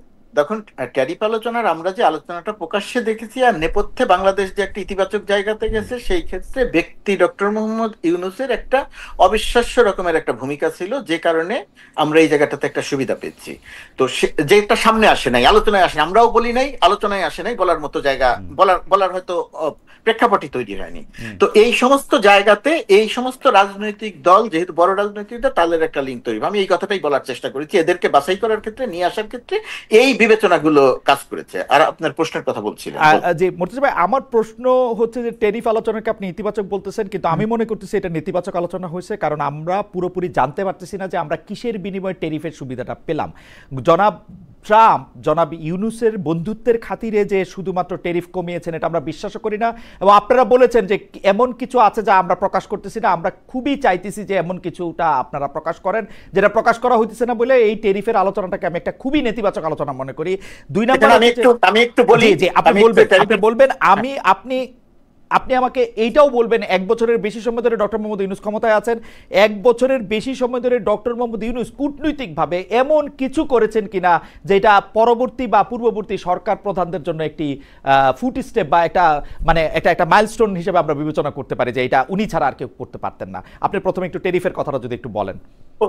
প্রথমত কথা, উনি ছাড়া করতে পারতেন কিনা সেটা আরেকটা আলোচনা। হয়তো ওনার চেয়ে ভালো কেউ আসছে, অথবা ওনার চেয়ে ভালো কেউ আসবে পরবর্তীতে এসে করবে, কিন্তু ডক্টর ইউনূসের ইতিবাচক অনেক দিক আছে কূটনৈতিক জায়গাটাতে, এটা আমি বিস্তারিত ব্যাখ্যা করব না। আর ট্যারিফের আলোচনাটার কথা, আপনি যেটাকে নেতিবাচক আলোচনা বলছেন, আপনি আপনার অবস্থান থেকে যে কোনো কারণেই হোক বলছেন, বা কারণটা আপনি বলেছেন। এখানে আমি খুব সংক্ষেপে বলার চেষ্টা করি, বাট 1-2 মিনিট একটু সময় দেন। ট্যারিফ আলোচনায় কিসের বিনিময়ে পেয়েছি? ট্যারিফ আলোচনাটা হয়েছে বাংলাদেশের সঙ্গে যুক্তরাষ্ট্রের যে ব্যবসা, সেই ব্যবসায় যুক্তরাষ্ট্র কি চায় এবং বাংলাদেশ কি দিতে চায় এবং বাংলাদেশ কি চায় তার উপরে ভিত্তি করে। ট্যারিফ আলোচনায় পৃথিবীর যতগুলো দেশ আলোচনা করতে এসেছে, পৃথিবীর সব দেশকে আলোচনা করার জন্য একটা নন ডিসক্লোজার চুক্তিতে স্বাক্ষর করতে হয়েছে। পৃথিবীর সব কয়টা দেশ করেছে আলোচনার জন্য, বাংলাদেশও করেছে। গোপনীয়তার চুক্তি, আলোচনা যখন চলবে সেই সময়টাতে আলোচনার বিষয়গুলো প্রকাশ করা যাবে না। আলোচনার বিষয়গুলো প্রকাশ করা যাবে না তার অনেকগুলো কারণ আছে। তার মধ্যে একটা যে এখানে একই সঙ্গে হয়তো 30টা দেশের সঙ্গে আলোচনা হচ্ছে, কোন দেশের সঙ্গে কি আলোচনা হচ্ছে সেই বিষয়গুলো যেন সামনে না আসে, এগুলো একটা কারণ। আর কি আছে চুক্তিতে প্রকাশ করা হচ্ছে না কেন? এখানে বাংলাদেশ সরকারের অবস্থান বা আমাদের অবস্থানটা হচ্ছে খুব পরিষ্কার অবস্থান। ট্যারিফ আলোচনায় 20% শুল্ক আরোপ করা নির্ধারণ করা হয়েছে। বাংলাদেশ এখনো আলোচনা চলছে এবং সেই আলোচনাটা এটা আরো কমার একটা সম্ভাবনা আছে। এটা হচ্ছে একটা দিক। আরেকটা দিক, যে চুক্তিটা হবে সেই চুক্তিটা এখনো হয় নাই বাংলাদেশের সঙ্গে। সেই চুক্তিটার খুঁটিনাটি বিষয় নিয়ে দুই দেশ এখনো কাজ করছে এবং চুক্তিটা হয়ে গেলে বাংলাদেশ সরকারের বা হওয়ার পরে বাংলাদেশ সরকারের সিদ্ধান্তটা হচ্ছে যে আমরা এই চুক্তিটা প্রকাশ করতে চাই, কারণ এই চুক্তির মধ্যে এমন কোনো কিছু নাই যেটা বাংলাদেশ সরকার বাংলাদেশের স্বার্থের বিরুদ্ধে যায়। তো যেহেতু দুই দেশ মিলে আলোচনা করছে, দুই দেশ মিলে চুক্তি করেছে এবং সেই চুক্তিটা আলোচনার টেবিলেই বাংলাদেশ আলোচনায় আনতে চায় যে আমরা এটা প্রকাশ করতে চাই। এখানে গুরুত্বপূর্ণ ব্যাপার যেটা, যে চুক্তিটা প্রকাশ করতে চাইলে দুই দেশেরই একমত হতে হবে। মুর্তজা ভাই, এনডিএ জিনিসটা আমি বুঝতে পারি, নন ডিসক্লোজার এগ্রিমেন্ট। অ্যাকচুয়ালি আমার সাথে, আমি যে আমার কোম্পানিতে যিনি কাজ করবেন তার সাথেও আমি একটা এনডিএ করি। উনি এটা ডিসক্লোজ করতে পারেন না কিন্তু অনেক ক্ষেত্রেই অনেক কিছু। এই এনডিএর ব্যাপারটা কিন্তু স্ট্যান্ডার্ড, আপনি এটা ঠিকই বলেছেন, সব দেশের সাথে সব রকমভাবে এটা হয়। কিন্তু প্রথম থেকেই সরকারের পক্ষ থেকে, আমি আরেকজন উপদেষ্টা যিনি আছেন নিরাপত্তা বিষয়ক উপদেষ্টা, তার সাথে আপনার সাক্ষাৎকারও আমি আসলে জনাব খলিলুর রহমানের সাথে আপনার ইন্টারভিউটাও আমি দেখেছি। আমি যেটা বুঝতে পারতেছি না সেটা হচ্ছে যে এই নন ডিসক্লোজার এগ্রিমেন্ট কিন্তু হচ্ছে একটা স্ট্যান্ডার্ড, এইটা নন ডিসক্লোজারই থাকবে। কিন্তু আমি 45 থেকে 20% বা 50 থেকে 20% এইটাতে আমি কিভাবে আসলাম, 35% থেকে 20% আমি কিভাবে আসলাম, আমি কি অফার করলাম ওকে, ও কিভাবে আমার উপরে কনভিন্স হলো, এই ব্যাপারটা আসলে এনডিএর অন্তর্ভুক্ত না। এটা বাংলাদেশের জনগণের সিদ্ধান্ত যে আমরা আসলে ওরে কি অফার করতেছি। আপনারা এই সোজা কথাটার উত্তর দিচ্ছেন কিনা, নাকি জনাব ট্রাম্প জনাব ইউনূসের চেহারা দেখে এটা দিয়ে দিতেছেন বা জনাব খলিলের চেহারা দেখে এটা দিচ্ছেন? না, এখানে আপনার প্রশ্নটা খুব সহজ। এই প্রশ্নের উত্তর দিতে আমার কষ্ট করতে হবে না, বিব্রত হতে হবে। জি জি বলেন। আমি সরকারের অংশ, তো এই কারণে কথা বলছি, অনেক কিছু সরকারের অংশ হলে বলা যায়। জি, তো এই প্রশ্নের উত্তর হচ্ছে, বাংলাদেশের সঙ্গে যুক্তরাষ্ট্রের যে ব্যবসা, সেই ব্যবসায় একটা বড় গ্যাপ আছে, ট্রেড ডেফিসিট, যেটা $8 বিলিয়ন আমরা 8 বিলিয়ন ডলারের পণ্য আমরা যুক্তরাষ্ট্রে পাঠাই, রপ্তানি করি, $2 বিলিয়ন আমদানি করি, $6 বিলিয়ন গ্যাপ। এই ট্যারিফ আলোচনার প্রধানতম বিষয় যে এই গ্যাপ কমাতে হবে এবং বাংলাদেশ যেহেতু এইখানে তার রপ্তানি আরো বৃদ্ধি করতে চায় এবং বাংলাদেশও সেই গ্যাপটা কমাতে চায়। বাংলাদেশের পক্ষ থেকে যে বিষয়গুলো অফার করা হয়েছে তার মধ্যে একটা বিষয় যে বাংলাদেশ খাদ্য পণ্য কিনতে চায় যুক্তরাষ্ট্র থেকে, কম কিনতে চায়, সয়াবিন কিনতে চায়। বাংলাদেশ যুক্তরাষ্ট্র থেকে কটন আমদানি করতে চায়, যেটা অনেক কম পরিমাণে করে, যেটা অন্যান্য দেশ থেকে অনেক বেশি করে। অ্যাবসলিউটলি। বাংলাদেশ যুক্তরাষ্ট্র থেকে গ্যাস আমদানি করতে চায়, যেটা বাংলাদেশ অন্যান্য দেশ থেকে করে, যুক্তরাষ্ট্র থেকে কম করে। এরকম সুনির্দিষ্ট অনেকগুলো বিষয় বাংলাদেশের পক্ষ থেকে প্রস্তাব দেওয়া হচ্ছে এবং ইতিমধ্যে বাংলাদেশ গম কিনতে চায় বা গম কেনা শুরু হয়েছে। তো এই সমস্ত জিনিস যুক্তরাষ্ট্রকে অফার করে। বাংলাদেশ 25টি বোয়িং কিনবে, উড়োজাহাজ কিনবে। 25টি উড়োজাহাজ নিয়ে কথা হয়েছে যে 25টি উড়োজাহাজ নিয়ে আমরা কি করব? এখন 25টি উড়োজাহাজ দিয়ে কি করব? আমাদের যেগুলো আছে সেগুলোই তো আমরা ঠিক মতো চালাতে পারি না, তাহলে 25টা দিয়ে কি করব? প্রথমত কথা, আমাদের ঠিক মতো চালাতে হবে আমাদের বিমানটা, উড়োজাহাজকে। দ্বিতীয়ত কথা, এই যে 25টা উড়োজাহাজ আমরা কিনতে চেয়েছি, এই 25টা উড়োজাহাজ এখন যেটা কিনতেছে, চুক্তিটা এখনো হয় নাই, হয়তো হয়ে যাবে। তো এই 25টা উড়োজাহাজ কেনার এবং বোয়িং এর কাছে যে সমস্ত অর্ডার আছে, আমরা বোয়িং এর সঙ্গে কথা বলতে গিয়ে দেখেছি তারা প্রথম এয়ারক্রাফটটা সরবরাহ করতে পারবে 2035 সালের পরে গিয়ে, বা 33 সালের পরে গিয়ে। তো এটা তারপরে গিয়ে ধারাবাহিকভাবে পর্যায়ক্রমে আমার মনে হয় যে মুর্তজা ভাই, আমি আসলে এইটা নিয়ে আপনার সাথে আলাদা করে কথা বললে ভালো হইতো। প্রথম কথা হচ্ছে, আমরা যে 6 বিলিয়ন ট্রেড ডেফিসিট আসলে কমাইতে চাই, এই কমাইতে চাওয়ার ক্ষেত্রে আমাদের 2 বিলিয়ন যে আমাদের ওদের সাথে মানে ওদের কাছ থেকে আমদানি আসে, আমাদের রপ্তানি আসে 8 বিলিয়ন, এইটার ক্ষেত্রে আসলে এই 6 বিলিয়নের গ্যাপ, এই বোয়িং কিনা, গম কিনা, গ্যাস কিনা কমানোর ক্ষেত্রে আমাদের লাভ হইতেছে নাকি লোকসান হইতেছে, এটা একটা অঙ্ক করা দরকার। আমি দেখছি অঙ্ক করে, আমার অঙ্কটা একটু শুনে রাখেন, আমি ইকোনমিস্ট না, আমি দেখছি এটা আমাদের লস হইতেছে। যেহেতু আপনারা আমাদের পুরোপুরি জানাইতেছেন না, সেহেতু আমরা এটা পুরোপুরি বুঝতেছি না।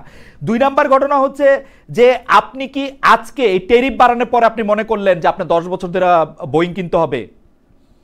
আপনি কয়টা বোয়িং বাংলাদেশ বিমানের ফ্লাইটে, কয়টা বোয়িং আপনি অর্ডার দিয়ে কিনছেন এই পর্যন্ত? আপনি জানেন এটা? আমরা বোয়িং অর্ডার দিয়ে কিনি, আমাদের ফ্লিটের বেশিরভাগ বোয়িং আমরা পুরনো। আমরা হঠাৎ করে নতুন বোয়িং অর্ডার দিয়া 25টা, এগুলি কি কাহিনী ভাই? খালেদ, এখন আমাদের বাংলাদেশ বিমান, আমি তো বিমান বিশেষজ্ঞ না, কিন্তু বাংলাদেশ বিমান বা বিমান বাংলাদেশ এয়ারলাইন্সে কত 21-22টা উড়োজাহাজ আছে। এই 21-22টা উড়োজাহাজের সঙ্গে বাংলাদেশ বিগত 7-8 সালের তত্ত্বাবধায়ক সরকারের সময়ে 13টা নতুন বোয়িং অর্ডার দেওয়া হয়েছিল, যেটা এই শেখ হাসিনার এই ফ্যাসিস্ট সরকারের এই পুরো সময়কালে যে উড়োজাহাজগুলো পাওয়া গেছে। বাংলাদেশ বিমানে এখন যে উড়োজাহাজগুলো আছে তার অধিকাংশ এয়ারক্রাফট নতুন। অর্থাৎ 54 বছরে আমরা 7টা বোয়িং অর্ডার করছি। 7টা না, আমরা 13টা অর্ডার করেছি, পরবর্তীতে আরো কিনেছি। আমরা নতুন এয়ারক্রাফট কিনেছি প্রায় 15 বা 16টা। আমার ডাউট আছে মুর্তজা ভাই, আপনি আবার একটু চেক করে দেখেন। 15-16টা নতুন বিমান, 15-16টা নতুন বিমান আমরা 21টার মধ্যে কিনছি কিনা? আমরা একবারে অর্ডার করেছিলাম মাহবুব জামিল, সিঙ্গারের মাহবুব জামিল যখন 7-8 সালের তত্ত্বাবধায়ক সরকারের প্রধান উপদেষ্টার বিশেষ সহকারী, তখন তার সময়, এবং এখন দুদকের যিনি চেয়ারম্যান আব্দুল মোমেন, এই মোমেন ছিলেন বিমানের এমডি।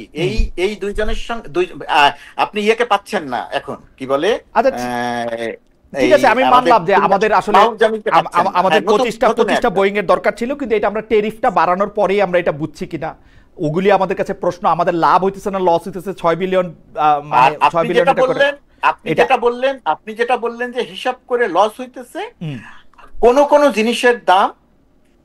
জিনিসের দাম তুলনামূলকভাবে একটু বেশি হচ্ছে। আমি একটু বেশি না ভাই, আমি সহজ হিসাব বুঝি। আপনি যদি এই সুতা সেন্ট্রাল এশিয়া থেকে, টার্কি থেকে, ইন্ডিয়া থেকে বা পাকিস্তান থেকে না কিনে আমেরিকা থেকে কিনেন, আপনার হচ্ছে লিড টাইম থেকে শুরু করে সুতার দাম আপনার বেশিই পড়বে, এটাতে কোনো সন্দেহ নাই ভাই।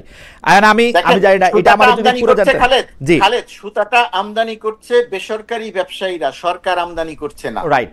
বেসরকারি ব্যবসায়ীরা তখনই এই সুতা আমদানি করবে যখন তাদের ব্যবসা হবে এবং বেশি দাম দিয়ে কিনতে হবে না। সুতরাং এই গ্যাস কিনবে বেসরকারি ব্যবসায়ীরা, ওকে ঠিক আছে, সোয়াবিন কিনবে বেসরকারি ব্যবসায়ীরা। আমার মনে হয় যে ওরা ব্যবসায়ীরা যদি হিসাব করে দেখে ওরা লাভ পাইলে তো লাভ আমার করবে, এখান থেকে বেশি দাম দিয়ে কিনতে হবে, আমার লাভ হবে না, সুতরাং ব্যবসায়ীরা তখন এখান থেকে কিনবে না। ইতিমধ্যেই কিন্তু তারা কটনের অর্ডার করেছে। আমার মনে হয় যে আমরা একটু দীপু ভাইয়ের কাছে শুনি, যে দীপু ভাই আপনি যেটা হচ্ছে যে পুরো আলোচনাটা শুনলেন, আমরা মূল প্রশ্ন করার আগে আপনি এই ব্যাপারে আপনার কোনো মন্তব্য থাকলে আপনি একটু করতে পারেন। আমাদের একটা প্রশ্ন আছে আপনার জন্য। না, ওইটাই তো এখন পুরো বিষয়টা বলা যাচ্ছে না, এই কারণে যে এই চুক্তির পুরো বিষয়বস্তুটা যতক্ষণ না প্রকাশ না হচ্ছে ততক্ষণ কিন্তু আমরা কনক্লুশনে আসতে পারছি না। কিন্তু দৃশ্যত মনে হয় যে আমরা বোধহয় কিছুটা নাকে খত দিয়ে আমরা এটা এই চুক্তিটা সই করছি বলেই আমরা এটা প্রকাশ করতে পারছি না, বলতে পারছি না। এবং এই যে কিছু কিছু পণ্য যে কেনার বিষয়টা, সেই পণ্য যদি এতই মানে যদি কেনা যেত, তাহলে তো ব্যবসায়ীরা অনেক আগে থেকে আমেরিকা থেকে তুলা, গ্যাস, অন্যগুলি কিন্তু কেনে না কেন? এই যে প্রতিযোগিতামূলক ভাবে দেখে, যদি তুরস্ক থেকে পাওয়া যায় সস্তায়, মধ্যপ্রাচ্য থেকে সস্তায় পাওয়া যায়, বা অন্যান্য দেশ থেকে, সেই জন্য তারা আমেরিকা থেকে কেনে না। এখন তো অনেকটা বাধ্য। মার্কিন যুক্তরাষ্ট্রের সাথে আমাদের সম্পর্ক কি পাশাপাশি? ওদের কাছে নাকে খত দিতে হবে কেন? আমরা তো এমনিতেই সারা শরীর দিয়ে খত দিয়ে বসে থাকি।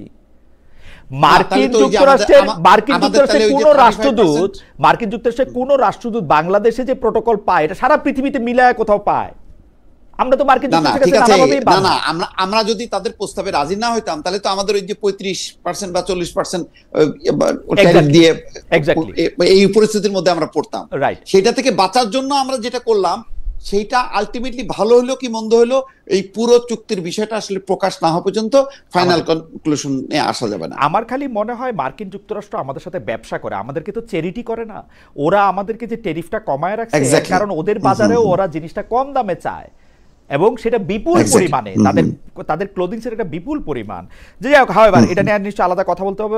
না, এটা আলাদা কথা বলতে হবে। আর আমি শুধু দিবু ভাইকে বলি, দিবু ভাই চুক্তি কিন্তু হয় নাই এখনো, চুক্তি এখনো হয় নাই, এটা এখনো প্রক্রিয়াধীন, এখনো এটা নিয়ে আলোচনা চলছে, এখনো আরো ট্যারিফ কমানোর আলোচনা চলছে। আর খালেদের ওই কথার সাথে তো আমি একদম সম্পূর্ণ একমত যে এখানে তো চ্যারিটির কোনো ব্যাপার নাই, এখানে তো ব্যবসা, পারস্পরিক ব্যবসা, দুই পক্ষের ব্যবসা। রাইট। দীপু ভাই, ওই প্রসঙ্গে থেকে আপনাকে যে প্রশ্নটা করতেছিলাম, আমাকে আমার সাথে যাদের দেখা হয়, আমার বন্ধু বান্ধব আত্মীয় স্বজন, তারা অনেকেই জিজ্ঞেস করেন যে মার্কিন যুক্তরাষ্ট্রের যে সেনা দল তারা এখন কক্সবাজারে বা সেন্ট মার্টিনে তারা কি করে। আমি একটা উত্তর তাদেরকে দিতে চেষ্টা করি আমার বুদ্ধি থেকে, যে সেনাবাহিনী উইন্টার কালেকটিভ করার সময় পৃথিবীর বিভিন্ন দেশে সেনাবাহিনীদের আমন্ত্রণ জানায় এবং তারা এটা করে আসলে। কিন্তু অনেকে আমাকে এরকম জোর দিয়ে বলেন যে না তুমি জানো না বা তোমার এটা বুদ্ধি নাই বোঝার, এটার মধ্যে অনেক রকম অনেক কিছু হচ্ছে। আপনার কি মনে হয়, আপনার কাছে কোনো স্পেসিফিক তথ্য আসে কিনা? আপনার কাছে শুনে আমরা মুর্তজা ভাইয়ের কাছ থেকে একটু শুনতে চাইবো যে এইটা কি আসলে মার্কিন যুক্তরাষ্ট্রের সেনাবাহিনী কেন বাংলাদেশে কি করে। আমার মনে হয় এটা অনেক বেশি জল্পনা কল্পনা। তবে এটা ঠিক যে এখন আঞ্চলিক রাজনীতি বা কূটনীতি পরিবর্তন হবার কারণে যেহেতু এখন ভারত একটু চীনমুখী, সুতরাং এই অঞ্চলে পুরো গুরুত্ব দিচ্ছে। এইটা এখন এই গুরুত্ব দেওয়ার বিষয়টা কতটুক, ওই যে যেমন দেখলাম সেদিন একটা রিপোর্ট যে তারা একটা বন্দর খুঁজতেছে, সেটা কি আসলেই নাকি এটা অনুমান, অনেক কিছু তো আমরা জানতে পারছি না। যেমন এই যে এই ট্যারিফ চুক্তি যেটা হলো সেটাই তো আমরা অনেক কিছু জানি না, তো এইটা তো আরো গোপনীয় বিষয়, ফলে এই বিষয়টাও কিন্তু এখন পরিষ্কার না। কিন্তু এই কারণে আমরা যখনই দেখি একটা মহড়া, যে মহড়াটা আসলে অনেক কাল ধরে ওই অঞ্চলেই তো হয়, তো এখন হইলেই কিন্তু আমরা বলতেছি ওই যে শেখ হাসিনা বলছিল যে এখানে ঘাঁটি গাড়বে, এই তো সেই ঘাঁটি গাড়তেছে তারা, এই সন্দেহটা আমাদের আসতেছে। এবং আসার আরেকটা কারণ হলো যেহেতু এই অঞ্চলে আমেরিকার একটা মানে বিশ্বস্ত বন্ধু এই মুহূর্তে নেই, আগে ভারতের উপরে ভর করে সে চীনকে মানে ঠাসা দিত, এখন সেটা পারতেছে না বলে হয়তো মনে করতেছে যে আচ্ছা ঠিক আছে আমরা এখন নিজেরাই এখানে একটা অবস্থান নিই। আমার দর্শকরা নিশ্চয়ই আমার চেয়ে বেশি বুদ্ধিমান, কিন্তু আমি একটু জিনিসটা সহজ করে বুঝতে চেষ্টা করি যে মার্কিন যুক্তরাষ্ট্রের সেনা সদস্যদের বাংলাদেশে আসা কি যৌথ মহড়া, যৌথ প্রশিক্ষণের বাইরে অন্য কোনো কিছু, মানে একটুও এক ফোঁটাও, মানে আপনি এটা কি মনে করেন? না আমার মনে হয় না আপাতত এরকম কোনো পরিকল্পনা আছে, কারণ এটা এত গুরুত্বপূর্ণ এই মুহূর্তে আমেরিকার কাছে যে বাংলাদেশে এসে মহড়া দেয়া আর একদম স্থায়ীভাবে এখানে বসে যাওয়া ঘাঁটি গাড়া, যেটা আফগানিস্তানের বাগনাম, ওটা হচ্ছে অন্য বিষয়। ওটা হয়তো ট্রাম্প মনে করতেছে যে ওটা তো তাদের একটা ঘাঁটি ছিল, ঠিক আছে আমরা ওখানে আবার বসি, কিন্তু সেইভাবে বাংলাদেশকে বিবেচনা করছে আমার কিন্তু মনে হচ্ছে না। ওকে, মুর্তজা ভাই কি এই প্রসঙ্গে কিছু বলবেন? আপনার জন্য আমার একটা অরিজিনাল প্রশ্ন ছিল। এইটা অরিজিনাল প্রশ্নটাকে শুধু এটা বলি যে এই যে আপনি যে কল্পনাগুলোর কথা বললেন, এখানে এই সমস্ত কল্পনাগুলো আমি ব্যক্তিগতভাবে গণমাধ্যম কর্মী হিসেবে সাংবাদিক, আমি প্রেস মিনিস্টার এগুলো বললে আমি বিব্রত হই, আমি আসলে সাংবাদিক হিসেবে আমি মনে করি সোশ্যাল মিডিয়াতে যে সমস্ত গুঞ্জন তৈরি হয় সেই সমস্ত গুঞ্জনের সঠিক কথাটা বা সঠিক তথ্যটা গণমাধ্যমের দেয়াটা একটা জরুরি ব্যাপার হয়। আর বিশেষ করে অনেক ক্ষেত্রেই আমরা দেখি, আর এই ক্ষেত্রে যেটা দেখলাম সোশ্যাল মিডিয়াতে যে গুঞ্জনগুলো তৈরি করে দেয়া হলো, আমাদের দুর্ভাগ্যজনক হলেও টক শোতে যারা আলোচনা করলেন মেইন স্ট্রিম মিডিয়ায়, তারা সেই সোশ্যাল মিডিয়ার গুঞ্জনটা তারা তাদের মুখ দিয়ে বললেন। একজন দেখে কথা বলতে দেখলাম, আমি জানি না যুক্তরাষ্ট্র এখানে ঘাঁটি করবে কিনা। আরে বাবা, আপনি যদি না জানেন তাহলে আপনি কথা বলছেন কেন? আমি জানি না, উনি বলছেন আমি জানি না যুক্তরাষ্ট্রের সৈন্যরা হোটেলে রেজিস্টারে এন্ট্রি ছাড়া ঢুকেছে কিনা, ইমিগ্রেশন ছাড়া ঢুকেছে কিনা, এটা আমি জানি না। এটা গুঞ্জন আছে, তো গুঞ্জন আছে, আপনার দায়িত্ব তো এটা জানা। আপনি না জেনে এই গুঞ্জনগুলো ছাড়ালেন কেন? এইখানে পুরোপুরি একটা বোগাস বিষয় নিয়ে আমাদের এখানে আলোচনা সোশ্যাল মিডিয়া তৈরি করেছে এবং সেটা আমরা মেইন স্ট্রিম মিডিয়ায় প্রচার করেছি। ঘাঁটির কোনো পরিকল্পনা নাই বাংলাদেশের, এরকম কোনো চিন্তা নাই। আর সেন্ট মার্টিন ঘাঁটির জন্য উপযুক্ত জায়গা না, এটা বহু গবেষণায় প্রমাণ হয়েছে। না, এই যে আপনি এটা একেবারেই অমূলক। আপনি যেটা গুঞ্জন বলতেছেন সেটার ক্ষেত্রে আমি আজকে সকালবেলা দেখলাম কি, গতকাল যে নেতারা আক্রান্ত হয়েছেন, এনসিপির নেতারা এবং অন্য নেতারা, এর জন্য দায়ী হচ্ছেন আপনি, গোলাম মুর্তজা দায়ী। তো এটা খুবই খুবই ইন্টারেস্টিং। আপনিও নিশ্চয়ই দেখেছেন এবং আমাদের অনেকেই এরকম করে বলছেনও, মানে ইনফ্লুয়েন্সারদের মধ্যে কেউ কেউ নিশ্চয়ই বলছেন, নাইলে গোলাম মুর্তজা দায়ীটা কোত্থেকে আসলো এবং গোলাম মুর্তজা কেন দায়ী, এইটা আমি একটু অনুসন্ধান করতে গিয়ে দেখলাম যে আপনি আসলে সরকারি চাকরি, যেটাকে আপনি আসলে চাকরি মনে করেন না, সেটাতে ডাকসুতে আপনি একটি বিশেষ দলের বিপক্ষে একদম অবস্থান নিয়েছিলেন এবং সেটা ঘোষণা দেয়, সেটা আপনি করতে পারেন কিনা তারপর থেকে এটা আরো বেশি হইতেছে, এইটা একটা। আচ্ছা যাই হোক, এটা নিয়ে আপনি মন্তব্য করেন না করেন, আমার প্রশ্নগুলি করা দরকার, একটু সময় পারও হয়ে গেছে, তবু আপনাদের অনুমতি না, আপনাদেরকে একটু বেশি সময় রাখতে চাই কয়েকটা মজার জিনিস শেয়ার করার জন্য। যেমন একজন দর্শক অন্তত 20 বার একই মতামত পাঠিয়েছেন। মতামতটা একটু বলি। খালেদ ভাই, আপনাকে আজকের বাংলাদেশ থেকে দেখি সবসময় দেখতাম বাঘের মতো প্রশ্ন করতেন, এখন কেমন জানি বেড়ালের মতো প্রশ্ন করেন।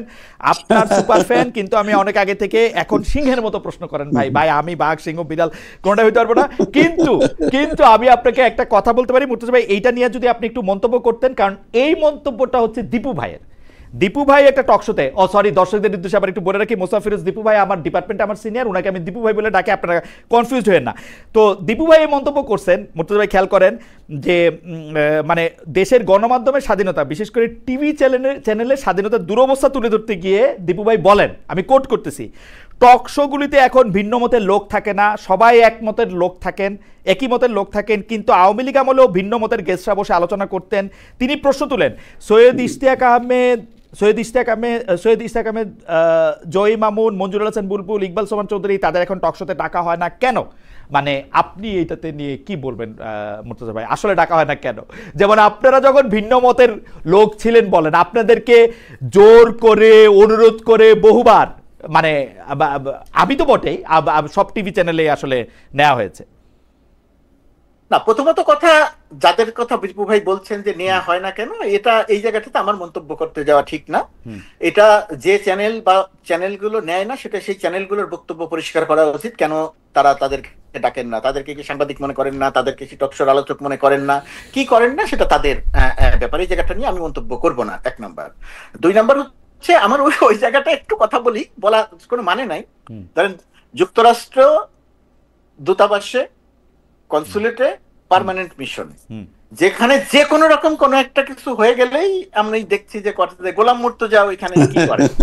এর একটা কারণ হয়তো এই যে, যেহেতু আমি সাংবাদিক, যেহেতু আপনাদের কল্যাণে টেলিভিশনে কথা বলি, আপনাদের চ্যানেলে কথা বলি, যে কারণে আমার হয়তো একটু অন্য যারা কর্মকর্তা আছেন, আমার চেয়ে অনেক বড় বড় কর্মকর্তা আছেন, তাদের চেয়ে আমার হয়তো পরিচিতি আছে। এবং আমি যখন এইখানে আসি, তখন ধরেন এটা খুব এইটা যে এত বড় নিউজ হতে পারে সেটাও আমি জানতাম না। নিউজ টিউজ হওয়ার কারণে ওনারা সবাই মনে করেন, একটা হলো মানে সরল ভাবে মনে করা যে সবকিছু আমি একা চালাই, এটা একটা সরল মনে করা, যেটা ঠিক না। আরেকটা হচ্ছে, সে যেই হোক, যে কোনো কারণেই হোক, আমাকে হয়তো তিনি পছন্দ করেন না, কারণ থাক অথবা অকারণ থাক। তো আমি যে কোনো ঘটনা দেখলে তাদের আবার অনেক ভিউ আছে, অনেক দর্শক তাদেরটা দেখেন, তো তারা বলে দেন যে গোলাম মুর্তজা এখানে বসে কি করছেন। গোলাম মুর্তজা প্রেস উইং এর দায়িত্বে, গোলাম মুর্তজা প্রেস উইং এর দায়িত্বে, এর বাইরে গোলাম মুর্তজা আরো অনেক কাজ হয়তো করেন, কিন্তু নিরাপত্তা, প্রোটোকল, এয়ারপোর্টে যাওয়া, এইগুলা গোলাম মুর্তজার কাজের মধ্যে পড়ে না, এর সঙ্গে তার কোনো সম্পৃক্ততা নাই। কি করেন সেটা একটা। আরেকটা হচ্ছে যে, সরকারি কর্মকর্তা হয়ে আমি কোনো দলের পক্ষে অবস্থান নিতে পারি কি না। রাইট, প্রথমত কথা, আমি পারি না, দলের পক্ষে অবস্থান নিতে পারি না। এমনকি রাজনীতি নিয়েও আমি সরাসরি ভাবে কারো পক্ষে বা বিপক্ষে যে এরকম কথা এই টকশোতেও বলতে পারি না। যদিও পারি না অনেক কিছু, আবার ধরেন এই যে আমি আপনার সঙ্গে এসে টকশোতে কথা বলছি, এটা যদি আমি প্রপার ওয়েতে সরকারের একেবারে কাগজপত্র দিয়ে অনুমতি চেয়ে যদি করতাম, মাস 3 সময় লাগতো, পরে আসতো যে থাক, এখন না করলে ভালো হয়, এখন তোমরা করতে চাই না। এখনো যদি কেউ চায় যে এই যে উনি সরকারি কর্মকর্তা হিসেবে খালেদের সাথে এই জায়গাতে এসে কথা বলতে পারেন কিনা, এটা নিয়েও প্রশ্ন তোলা যায়। আর আমি আসলে কোনো দলের বিরুদ্ধে সরাসরি ভাবে অবস্থান নেই নাই, আমি আকারে ইঙ্গিতে প্রতীকী অর্থে একটা স্ট্যাটাস দিয়েছিলাম। মুর্তজা ভাই, আপনার ইন্টেনশনটা বোঝা গেছে আর কি, পরিষ্কার। সেই স্ট্যাটাসটা নিয়ে সেই স্ট্যাটাসটা নিয়ে কথা উঠেছিল, তখন আমি নিজে রিয়েলাইজ করেছি জি। যে যেহেতু এটা মনে করে নেওয়া হচ্ছে যে সরাসরি ভাবে পক্ষ বিপক্ষ হয়ে গেল, এই কারণে আমার এটা থেকে সরে আসা দরকার। আমি সেখান থেকে সরে এসেছি এবং আমি মনে করেছি যে এটা আমার কাজটা ঠিক হয়নি, এটা আমি ভুল করেছি। আচ্ছা, আমরা দীপু ভাইয়ের কাছে, দীপু ভাইয়ের কথার প্রসঙ্গে একটু গিয়ে আমরা শেষ প্রসঙ্গে চলে আসবো, আপনাদেরকে আর আটকাই না। দীপু ভাই, আপনি কি মনে করে সেই মানে কথাগুলি বলেছিলেন, 2 মাস পার হয়েছে, আসলে 2 মাস আগে আপনি এটা বলছিলেন, এখন আপনি চেঞ্জ দেখেন কিনা? যদি চেঞ্জ না দেখেন তাহলে কিসের জন্য না দেখেন আর কি, দীপু ভাই? না, আমি তো দেখছি যে আসলে তো তাই, যে ঘটনাটা হচ্ছে যে যাদের নাম আমি বলছি তাদের সাংবাদিকতার ধরনটা 15 বছরে বিতর্কিত ছিল। তো সেটা একটা নৈতিক প্রশ্ন যে সাংবাদিক হিসেবে এইভাবে দলবাজি করা যায় কিনা। তো ওইটা তো অন্য বিষয়, কিন্তু তারা আসতে পারবে না কেন? এখন এটা শুধু চ্যানেলগুলির বিষয় না, চ্যানেলগুলি হয়েছে কি এখন জাতীয় পার্টি হয়ে গেছে, তারা ক্ষমতা ছাড়া আর বাঁচতে পারে না। শেখ হাসিনা এমন ভাবে এই চ্যানেলগুলির অবস্থা করছে যে এরা শুধু ক্ষমতা খোঁজে, এই কারণে তাদেরকে ডাকতেও সাহস পায় না। আবার ডাকলে যদি ধমক খায়, যদি ওই উপদেষ্টার অফিস থেকে যদি ফোন আসে, বা আমি জানি না এখন ডিজিএফআই ফোন করে কিনা, ওইসব ভয়ে তারা নিজে থেকে ওই সেলফ সেন্সার্ড হয়েছে। তবে এইটা যে মুক্ত স্বাধীন মানে করার ক্ষেত্রে এই গত 1 বছরে আমি সরকারের কোনো উদ্যোগ দেখি না যে না আপনারা যাকে খুশি তাকে ডাকতে পারেন আপনাদের নীতিমালা অনুযায়ী। কারণ নীতিমালা কিন্তু সবই কিন্তু একই রকম হয়েছে, কোনো কিন্তু পরিবর্তন হয়নি। এই কারণে আরো ভীত সন্ত্রস্ত হয়েছে, কিছু চ্যানেল মবের শিকার হয়েছে, প্রথম আলোর সামনে 2 বার মানে গরু জবাই হয়েছে, ফলে সবাই কিন্তু সংকুচিত হয়ে গেছে যে প্রথম আলোর এই অবস্থা, তাহলে চ্যানেলগুলি তো কিছুই না, এবং চ্যানেলগুলি তো আক্রমণের শিকার হয়েছে। এই কারণে আর ঝুঁকি নেয় না। আবার যাদেরকে ডাকবে তারাও হয়তো আসতে চাইবে না, যে তারা আবার হত্যা মামলার আসামি, প্রায় 222 জন না 26 জন সেদিন দেখলাম মাহফুজ আনাম বলছেন যে তাদের বিরুদ্ধে হত্যা মামলা আছে। তো এইসব কারণে অটোমেটিক হয়ে গেছে গণমাধ্যম সংকুচিত হয়ে গেছে, ফলে ওই স্বাধীনভাবে যে সবাইকে ডাকবে, এখন একজন আরেকজনের সাথে শুধু অ্যাড করে, একই মানে সবাই হাসিনা বিরোধী, এখন আর হাসিনার পক্ষে বলবে এরকম কোন লোক নাই। এই হচ্ছে পরিস্থিতি, আমি ওইটাই বলতে চাইছি। ওকে, না ধরেন দীপু ভাই, কারণ হাসিনার পক্ষে বলতে হবে এই জন্য লোক নিয়ে আসতে হবে, চ্যানেলগুলোর একটা ঠাকুরপার লোক কেন? না না না, এই প্রশ্নটা আসলে আমি করি। জনাব আবু আলম মোহাম্মদ শহীদ খান, যিনিও আমাদের সাংবাদিকতা বিভাগের একজন ছাত্র, আগে সচিব ছিলেন, এই ছিলেন সেই ছিলেন, উনি কিন্তু আওয়ামী লীগের পক্ষে অবস্থান নেওয়ার জন্য না, উনাকে কিন্তু কেন সরকার গ্রেফতার করে নিয়ে গেল এইটা আমি এখনো পরিষ্কার না, যে এবং কি মানে কি বলছে উনি আসলে, এটা আমিও জানি না, এবং এটা জানা মঞ্জুরুল আলম পান্না সে নিজেও ভিকটিম, তার চাকরি ছিল না শেখ হাসিনার সময়, তাকে নিয়ে চলে গেল। না, এগুলি কেন, কিসের জন্য? কেন এই প্রশ্নটা থাকে, কিন্তু আমি এই জায়গাটাতে দীপু ভাইয়ের ওই সব কথার সাথে তো আমি কথা বলবো না, আমি খালি অল্প একটু অংশ নিয়ে কথা বলবো। সেই অল্প অংশটা হচ্ছে, ধরেন আমাদের চ্যানেলগুলো যে কাউকে ডাকে না, ওনারা আসবেন না, আমাদের চ্যানেলগুলোর অবস্থাটা কি হয়েছে? ধরেন দীপু ভাইও দেশে থেকে কথা বলছে, আমিও দেশে থেকে কথা বলছি, আপনিও দেশে থেকে প্রোগ্রাম করেছেন, আপনি তো পরে গেছেন জার্মানি, প্রতিকূল অবস্থা।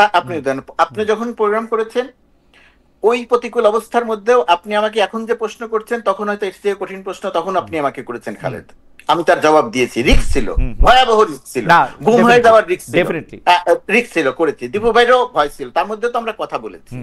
এখন চ্যানেলগুলো কাউকে ডাকে না, বা চ্যানেলগুলো যে এরকম হয়ে গেছে, এটা হচ্ছে আমাদের সাংবাদিকতার অধঃপতন হয়েছে। মালিকরা সাংবাদিকতায় এত অপকর্ম করেছে, চ্যানেল পরিচালনা করতে গিয়ে এত অপকর্ম করেছে, সেই অপকর্ম তারা সারাক্ষণ ভয়ে থাকে যে আমি যে অপকর্ম করেছি ওই অপকর্ম সামনে এনে যদি আমার বিরুদ্ধে ব্যবস্থা নেওয়া হয়, সুতরাং আমি আসেন তোষামোদী করি। এটা হচ্ছে সাংবাদিকতার। আমি এটার সাথে আমি মানে মুর্তজা ভাইয়ের সাথে আমি 100% একমত।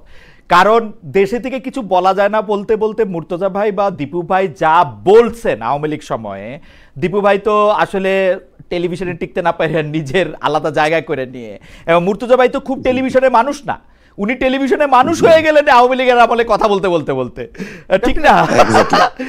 ঠিক না, উনি তো প্রিন্টের মানুষ, আপনি তো প্রিন্ট, না এটা একটা আমি বলবো যে এটা একটা হয়েছে। তবে মুর্তজা ভাই, আমরা যেটা আশা করি, মানে দীপু ভাইয়ের বক্তব্যের লেজ ধরে আমি বলতে চাই যে এই যে আবু আলম মোহাম্মদ শহীদ খানকে গ্রেফতার করা, এই মঞ্জুরুল হাসান পান্নাকে তুলে নিয়ে যাওয়া, এগুলির বিচার বা এগুলির ব্যাপার যদি আসলে দীপু ভাই ভয়েস রেজ করতেছে, কিন্তু এগুলি যদি আমরা কথা না বলি, তাহলে একটা পর্যায়ে কিন্তু মানে আমাদের আর কথা বলার জায়গাই থাকবে না, মানে এইটা আমরা মনে হয় যে দীপু ভাই ডেফিনেটলি কথা বলতে হবে খালেদ, ডেফিনেটলি কথা বলতে হবে। আমি ওই যুক্তিতে বিশ্বাস করি, কেউ যদি মিথ্যা বলে সেইটাও তার বলার অধিকার থাকতে হবে, কিন্তু আমার দায়িত্ব যে সে মিথ্যা বলছে এটা বলা। দীপু ভাই যদি আজকে একটা ভুল তথ্য দেন, তাহলে আমি দীপু ভাইয়ের সাথে এখন মারামারি করব না, ঝগড়া করব না। আমি দীপু ভাই ভুল তথ্য দিয়েছেন এই সময় যদি আওয়ামী লীগের কাউরে পাইতাম তাহলে তো ক্ষোভটাও ঝাড়তে পারতাম, তর্ক বিতর্ক করতে আমার বলতেও পারি। আমার মনে হয় যে দীপু ভাই আমরা যদি জনাব গোলাম মুর্তজা ভাইয়ের কথাটা আক্ষরিকভাবে নেই, যে উনি বলতেছেন যে আপনি এখন ডাকেন, ডাইকা দেখেন আপনার কি কনসিকুয়েন্স হয়, সেইটা তো চ্যানেলদের একটা দায়িত্ব আছে। সো সেইটাও এর ভাই আমি আবার মবের মধ্যে পড়বো, অসম্ভব। আমি নিজেও না ওটুক ঝুঁকি তো ওইটুকু, এই যে মবের মধ্যে পড়বো ওইটা হচ্ছে দীপু ভাই কিছুটা না রে ভাই, পোলাপান যেই মবগুলি করতেছে। আমি আমার কথা বলি, আমি শেষ করি খালেদ। কিছুটা বাস্তবতা হয়তো থাকতে পারে, কিন্তু এটা অনেক বেশি হচ্ছে অজুহাত। সেই সাংবাদিক সবচেয়ে বেশি অজুহাত দেয় যে সবচেয়ে বেশি যোগ্য, যে ভাই খুব ভালো লিখেছিলাম, নিউজ এডিটর এই 3টা লাইন, সবচেয়ে ভালো 3টা লাইন কেটে দিয়েছে, আর বলেন না ভাই বাংলাদেশে সাংবাদিকতা করা যায় না, এই কারণে অনুসন্ধানী রিপোর্ট করি না। এগুলো হচ্ছে অক্ষমের আত্মপক্ষ। আমার মনে হয় যে এটা নিয়ে আমরা আরেকদিন কথা বলতে পারবো। আমি একটু দর্শকদের একটা প্রশ্ন জবাব দিই। আমার কাছে উনি প্রশ্ন করেছেন, রনি চৌধুরী উনার নাম, উনি বলেছেন খালেদ ভাই why don't you bring them, we didn't see anyone in last 1 year। ভাই আমি আবারও বলি, আওয়ামী লীগের যারা নেতা আছেন, প্রধানতম নেতা আছেন, তাদেরকে আমি চেষ্টা করি আনার জন্য, কিন্তু আমি আওয়ামী লীগের যারা প্রথম সারির নেতা, ঘোষিত নেতা আছেন, তাদের সাথে যোগাযোগ করা পর্যন্ত তারা কেউ আমাদের এখানে এখন পর্যন্ত আসার জন্য রাজি হন নাই। কেউ শুধু টেলিফোনে কথা বলতে চান, টেলিফোনে কথা বলার লোক আমি নিব না। আমার ভিডিওতে যদি তারা কেউ আসেন, আমি তাদের অবশ্যই অবশ্যই অবশ্যই অবশ্যই নিব। উনারা যদি সাধারণ সম্পাদক থেকে শুরু করে যুগ্ম সাধারণ সম্পাদক অর্থাৎ নেতৃস্থানীয় কেউ হন, আমি তাদের আবারও বলতেছি, আমি তাদের স্বাগত জানাচ্ছি এবং তারা আসতে পারে না। কেন আসতে চান না আমি তো জানি না কেন আসতে চান না। এখন ঘটনা হইতেছে যে ইন্টারেস্টিংলি আমি যখন উনাদের আমলেও শো করতাম, উনারা আমার সেই শোতেও আসতে চান নাই, মানে খুবই জোর টোর করে তাদের আনা হইতো। উনারা আমাকে ভালোবাসেন না, এটা একটা কারণ হতে পারে, আর কি কারণ হতে পারে আমি জানি না। দীপু ভাই, এর মধ্যে একটা কারণ আবার এরকম হতে পারে যে ছাত্রলীগের সাধারণ সম্পাদক, ছাত্রলীগের সভাপতিকে ডেকে আমি আবার ওই অনুষ্ঠান থেকে ফিরে আসলাম। এটার কারণ আমি এটা মানে লিগেল আসপেক্টটা আমি বলেছি যে এটার মধ্যে একটা, যেহেতু তখন ছাত্রলীগ নিষিদ্ধ সংগঠন ছিল, কিন্তু আওয়ামী লীগকে এখন আমি কার্যক্রম নিষিদ্ধ বলতে আমি দল নিষিদ্ধ মনে করি না। সেই ক্ষেত্রে দলের কেউ যদি আসেন আমি এটাকে স্বাগত জানাবো। যাই হোক দীপু ভাই, আমাদের লাস্ট প্রশ্ন, আমরা দেখেছি যে কলকাতার একটি পত্রিকা, সেই পত্রিকাটা আসলে খুব যে টপ পত্রিকা সেরকমও না। এই পত্রিকাটার নাম হচ্ছে এই সময়। এইটাতে বিএনপির মহাসচিব একটা সাক্ষাৎকার দিয়েছেন। গোলাম মুর্তজা ভাই, আপনি এই বিষয়ে দীপু ভাইয়ের মন্তব্যের পর আপনি মন্তব্য করে আপনার মন্তব্য দিয়ে আমরা শেষ করবো আর কি। সেটা হচ্ছে যে একটা সাক্ষাৎকার দিয়েছেন, সেই সাক্ষাৎকারে উনি যা বক্তব্য দিয়েছেন, বিএনপি আবার একটা প্রতিবাদ লিপিতে এটা বলছেন যে এইটা আসলে তারা বিকৃতভাবে উপস্থাপন করা হয়েছে। আমরা আপনাকে প্রশ্ন করতে চাই যে বিএনপি যে এই গত 1.5 বছর ধরে জামায়াত সম্পর্কে তাদের অবস্থানের একটা বিরাট পরিবর্তন ঘটেছে, মানে 26 বছর ধরে যারা তার সঙ্গী ছিল তারাই তাদের এখন মেইন প্রতিদ্বন্দ্বী হয়েছে। এইটা রাজনৈতিকভাবে বিএনপির জন্য ভালো হয়েছে কি খারাপ হয়েছে? মির্জা ফখরুল ইসলাম আলমগীর যে বক্তব্যকে বিকৃত করে উপস্থাপন করা হয়েছে বলে বিবৃতি দেওয়া হচ্ছে, সেই বক্তব্যের ক্ষেত্রে মূল সুর আসলে এইটাই। দিবু ভাই যদি একটু বলতেন, আমরা একটু গোলাম মুর্তজা ভাইকেও শুনবো এটা নিয়ে। ওটা তো মানে বিকৃত তো কোনো বিষয় না, পরিষ্কার তো একদম লেখা আছে। মানে এই সময় আমি সাক্ষাৎকারটা আমি পড়ছি, গুগল থেকে বের করে আমি পুরো ওটা পড়ছি। তারপরও প্রতিবাদ কেন দিলেন আমি বুঝলাম না। উনি তো যা বলছেন সেটাই কোট করে পত্রিকাগুলো রিপোর্ট করেছে। তো সুতরাং এখানে মানে বিকৃতির ব্যাপারটা কি আসলো আমি তো এটা পরিষ্কার হইলাম না। আমি নিজে পড়লাম তো। আচ্ছা, আপনি বিবৃতিটা, আপনি কি মনে করেন যে বিএনপির রাজনীতিটা ঠিক আছে, বা মানে ঠিক করা, মানে বিএনপি এখন সত্যি কথা বলতে কি তার প্রবল প্রতিদ্বন্দ্বী মনে করে জামাত ইসলাম, এবং জামাত ইসলাম তার অবস্থানটা আগের তুলনায় অনেক ভালো অবস্থানে চলে আসছে এবং একটা ফাইটিং পজিশনে চলে আসছে। এবং সেই কারণে হয়তো একটা দেখবেন যে এখন বাংলাদেশে মানে বিএনপি এবং জামাত হচ্ছে একদম মুখোমুখি অবস্থা। প্রায় প্রতিদিনই এক নেতা আরেক নেতার বিরুদ্ধে প্রতিনিয়ত বলে। কালকে অ্যানি বিএনপি নেতা বলছেন যে জামাত ইসলাম এবং ইসলামী আন্দোলনকে জাতীয় বেঈমান বলছে। এরকম প্রতিনিয়ত তারাও আবার পাল্টা বলছে। তো এই পাল্টাপাল্টি চলছে কেন? যেহেতু প্রতিদ্বন্দ্বিতার অবস্থায় তারা চলে আসছে এবং জামাতের নেতৃত্বে একটা ইসলামিক জোট হওয়ার সম্ভাবনা আছে। তো সেই কারণে পাল্টা হিসেবে আবার দেখা যাচ্ছে হেফাজতের সাথে তারা ঘনিষ্ঠতা বাড়াচ্ছে, যাতে এইভাবে শুধু ধর্মীয় আবরণটা না দিতে পারে, যাতে বেকায়দায় না পড়ে। ফলে বিএনপি মনে করেন আজকে 6 মাস আগে 8 মাস আগে যতটা মানে কমফোর্টেবল পজিশনে ছিল, এখন কিন্তু সেই পজিশনে নেই। এটা আমার ধারণা। বাস্তবে তো এখন আমি তার মানে প্রতিটা আসন ভিত্তিক আমার কাছে জরিপ নেই, কিন্তু আমি অনুভব করি নেতাদের বক্তব্য বিবৃতি দিয়ে যে এত তো কাউন্ট করার কথা না, কিন্তু এখন কাউন্ট করছে বলেই কিন্তু এই কথাগুলি আসছে এবং মির্জা ফখরুল ইসলাম আলমগীরের বক্তব্যের মধ্য দিয়েও কিন্তু পরিষ্কার সেই অভিব্যক্তিটা ফুটে উঠছে। আমার মনে হয় যে আমরা গোলাম মুর্তজা ভাইকে শুনি। সেলিনা পারভিন উনি কষ্ট করে অনেকগুলি একই মেসেজ পাঠিয়েছেন, আমি মেসেজটা একটু পড়ি। আমাদের মনে হয় তুমি ভয় পেয়েছিলে, তোমার বাবারা তোমাকে হুমকি দিয়েছিল, তুমি ভয় পেয়েছিলে। হ্যাঁ ভাই ঠিক বলছেন। জনাব গোলাম মুর্তজা আপনি যদি একটু বলেন। প্রথমত কথা, এই বিএনপি এবং জামাতের রাজনীতিটা নিয়ে বা জামাতের রাজনীতির ওই জায়গাটা, যেহেতু দুটি দল, তো সরকারি অবস্থানে থেকে আমি ওই জায়গাটা নিয়ে মন্তব্যটা করতে চাই না, যদিও আমার মন্তব্য আছে। কখনো আপনার সঙ্গে এবার নিউ ইয়র্কে আসি, আড্ডা দেওয়ার সুযোগ থাকলে আমরা হয়তো সেই আড্ডায় আলোচনা করব। আপাতত পাবলিক হওয়ার দরকার নাই, 1 নম্বর। 2 নম্বর হচ্ছে বিএনপি মহাসচিব মির্জা ফখরুল ইসলাম আলমগীর তো ব্যক্তিগতভাবে আমার বলি মানুষ হিসেবে উনি খুব শ্রদ্ধার একজন মানুষ, শ্রদ্ধার রাজনীতিবিদ, পরিশীলিত রাজনীতিবিদ। আমি একটু অবাক হয়েছি যে পত্রিকাটার কথা বললেন, সেই পত্রিকাটার সঙ্গে তিনি সাক্ষাৎকার দিতে যে রাজি হয়েছেন। অনেক ক্ষেত্রে ছোট পত্রিকায় সাক্ষাৎকার দেয়া যায় ব্যক্তিগত সম্পর্ক বা নানা কারণে, কিন্তু ভারতের যে পত্রিকা এই সময় বলেন, আনন্দবাজার বলেন, বর্তমান বলেন, টাইমস অফ ইন্ডিয়া বলেন, হিন্দুস্তান টাইমস বলেন, গত 5 আগস্টের পরের থেকে তারা বাংলাদেশ বিষয়ে গুজব এবং মিথ্যা সংবাদ ছাড়া আর কিছু প্রকাশ করে না। বিএনপি কে নিয়ে একটিও ইতিবাচক সংবাদ বাদ দেন, সত্য সংবাদ প্রকাশ করে নাই। বিএনপি কে নিয়ে তারা হয়তো 50টা, এক একজন 50টা করে সংবাদ প্রকাশ করেছে গত 1 বছরে, এবং সেই 50টা সংবাদের 50টা তথ্য থাকলে 50টা তথ্যই ভুল, মিথ্যা। আমি মিথ্যা শব্দটা কম ব্যবহার করি, কিন্তু এই সাক্ষাৎকার যে বিকৃত করা হয়েছে কি হয় নাই, আমি ওই সাক্ষাৎকারের কিছু অংশ পড়েছি, কিন্তু কোনো অডিও বা ভিডিও শুনি নাই। অডিও বা ভিডিও আমরা শুনি, অডিও বা ভিডিও যদি শুনতে পারতাম তাহলে আমি সিদ্ধান্ত করতে পারতাম যে বিকৃত করে নাই। এবং ইন্ডিয়ান মিডিয়ার বা এই সময়ের যে গত 1 বছরের চরিত্র, সেই চরিত্র দিয়ে এটা ভাবার যথেষ্ট যৌক্তিক কারণ আছে যে তারা বিকৃত করেছে। আমার মনে হয় যে সেই কারণে আমি এটাই আমার বক্তব্য। ওকে, আমরা দীপু ভাই আপনার দৃষ্টি আকর্ষণ করতেছি, কারণ একজন দর্শক কষ্ট করে একই মেসেজ অনেকবার পাঠাচ্ছেন। আমার কাছে এটা একটু লেজিটিমেট প্রশ্ন মনে হচ্ছে। সেটা হচ্ছে যে জনাব ওমর এফ ইমন ওনার নাম, উনি বলছেন যে হাসনাত আব্দুল্লাহ আজকেও টক শোতে আওয়ামী লীগের পক্ষে যারা সফট কর্নার যারা তৈরি করছে তাদের বিরুদ্ধে হুঁশিয়ারি দিয়েছেন। এ নিয়ে কি বলবেন দীপু ভাই?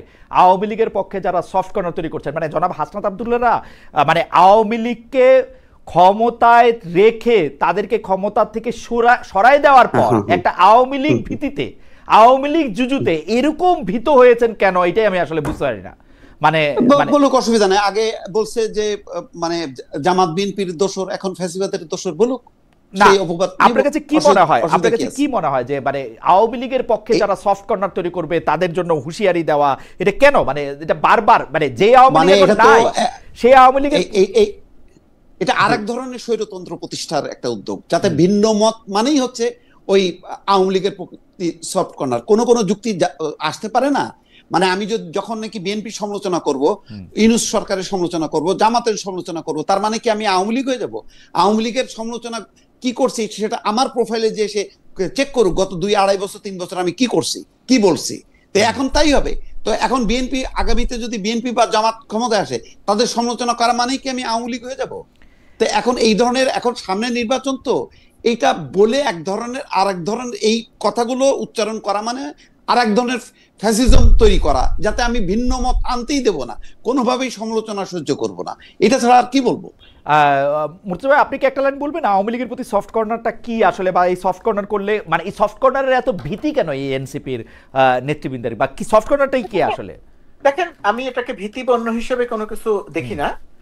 আওয়ামী লীগের পক্ষে সফট কর্নার বলতে কি বুঝিয়েছেন সেটা হাসনাত বলতে পারবেন, এটা আমি বলতে পারবো না। কিন্তু আমার এখানে বক্তব্যটা হচ্ছে, আওয়ামী লীগ যেহেতু দেশে গণহত্যা করে পালিয়েছে তার নেতারা, এই গণহত্যার হাসনাতটা যেহেতু সেই গণহত্যার শিকার, সেই কারণে তাদের ভেতরে একটা জিনিস থাকতে পারে যে আওয়ামী লীগের প্রতি কেউ সফট কর্নার তৈরি করলে তার বিষয়ে রাজনৈতিক জায়গা থেকে কথা বলে, এটাকে আমি অত বড় অপরাধ মনে করি না, 1 নম্বর। 2 নম্বর ব্যাপার হচ্ছে সরকারের সমালোচনা, ডক্টর ইউনূস সরকারের সমালোচনা। ধরেন ওই যে যারা লিখতেছেন যে গোলাম মুর্তজা কি করলেন, এইটা বলাটাকেও আমি অত বড় কোনো ইয়ে করি না, এটা করা যাবে। এইটা করার সঙ্গে ধরেন কেউ যদি মনে করেন যে আমি দূতাবাস পুরোটা চালাই এবং মনে করে নিয়ে বললেন যে উনি কি করলেন, উনি না, যেহেতু আপনি সবচেয়ে বড় কর্মকর্তা, যেহেতু আপনি সবচেয়ে বড় কর্মকর্তা, আপনি একজন সিনিয়র সেক্রেটারির পদমর্যাদা, পরিচিতি হওয়াটা পরিচিত হওয়া একটা ব্যাপার। না, ডেফিনেটলি আমার এটা নিয়ে কোনো আপত্তি নাই। মানে আমি খালি বলছি যে সফট কর্নার তৈরি করা মানে গণহত্যার পক্ষে মতামত তৈরি করাটা যদি কারো উদ্দেশ্য হয়ে থাকে, সেইটার বিষয়ে আমারও আপত্তি থাকবে। ওকে, অন্য বিষয়ের মতো আপত্তি থাকবে, কিন্তু একদমই সরকারের সমালোচনা নিয়ে আমার কোনো আপত্তি নেই। একদমই কথা বলতে দেয়া যাবে না, একে চিহ্নিত করা হবে, এ সফট কর্নার করা হচ্ছে, তাদেরকে দেখে নেওয়া হবে। এটা দেখেন, এটা হাসনাত আব্দুল্লাহ একটা রাজনৈতিক দলের সদস্য, এটা একটা রাজনৈতিক বক্তৃতার মঞ্চে তিনি দাঁড়িয়ে কথা বলছেন। তিনি এটা সরকারের নীতি নির্ধারকের জায়গা থেকে কথা বলছেন না। ওকে, আওয়ামী লীগের বিষয়ে কথা বলার সরকারের নীতি নির্ধারকের জায়গা থেকে, সরকারের নীতি নির্ধারকের জায়গা থেকেও কথা আসলে খুব বেশি মানে আমলে নেওয়া যাবে না, কারণ ডক্টর ইউনূস সাহেব একবার এসে বলে গেছিলেন যে আওয়ামী লীগকে নিষিদ্ধ করা হবে না, তার কিছুদিন পরে আবার নিষিদ্ধ করছেন। মানে সরকারের নীতি নির্ধারকদের কথার উপরেও তো আমরা অনেক আস্থা রাখতে পারি না।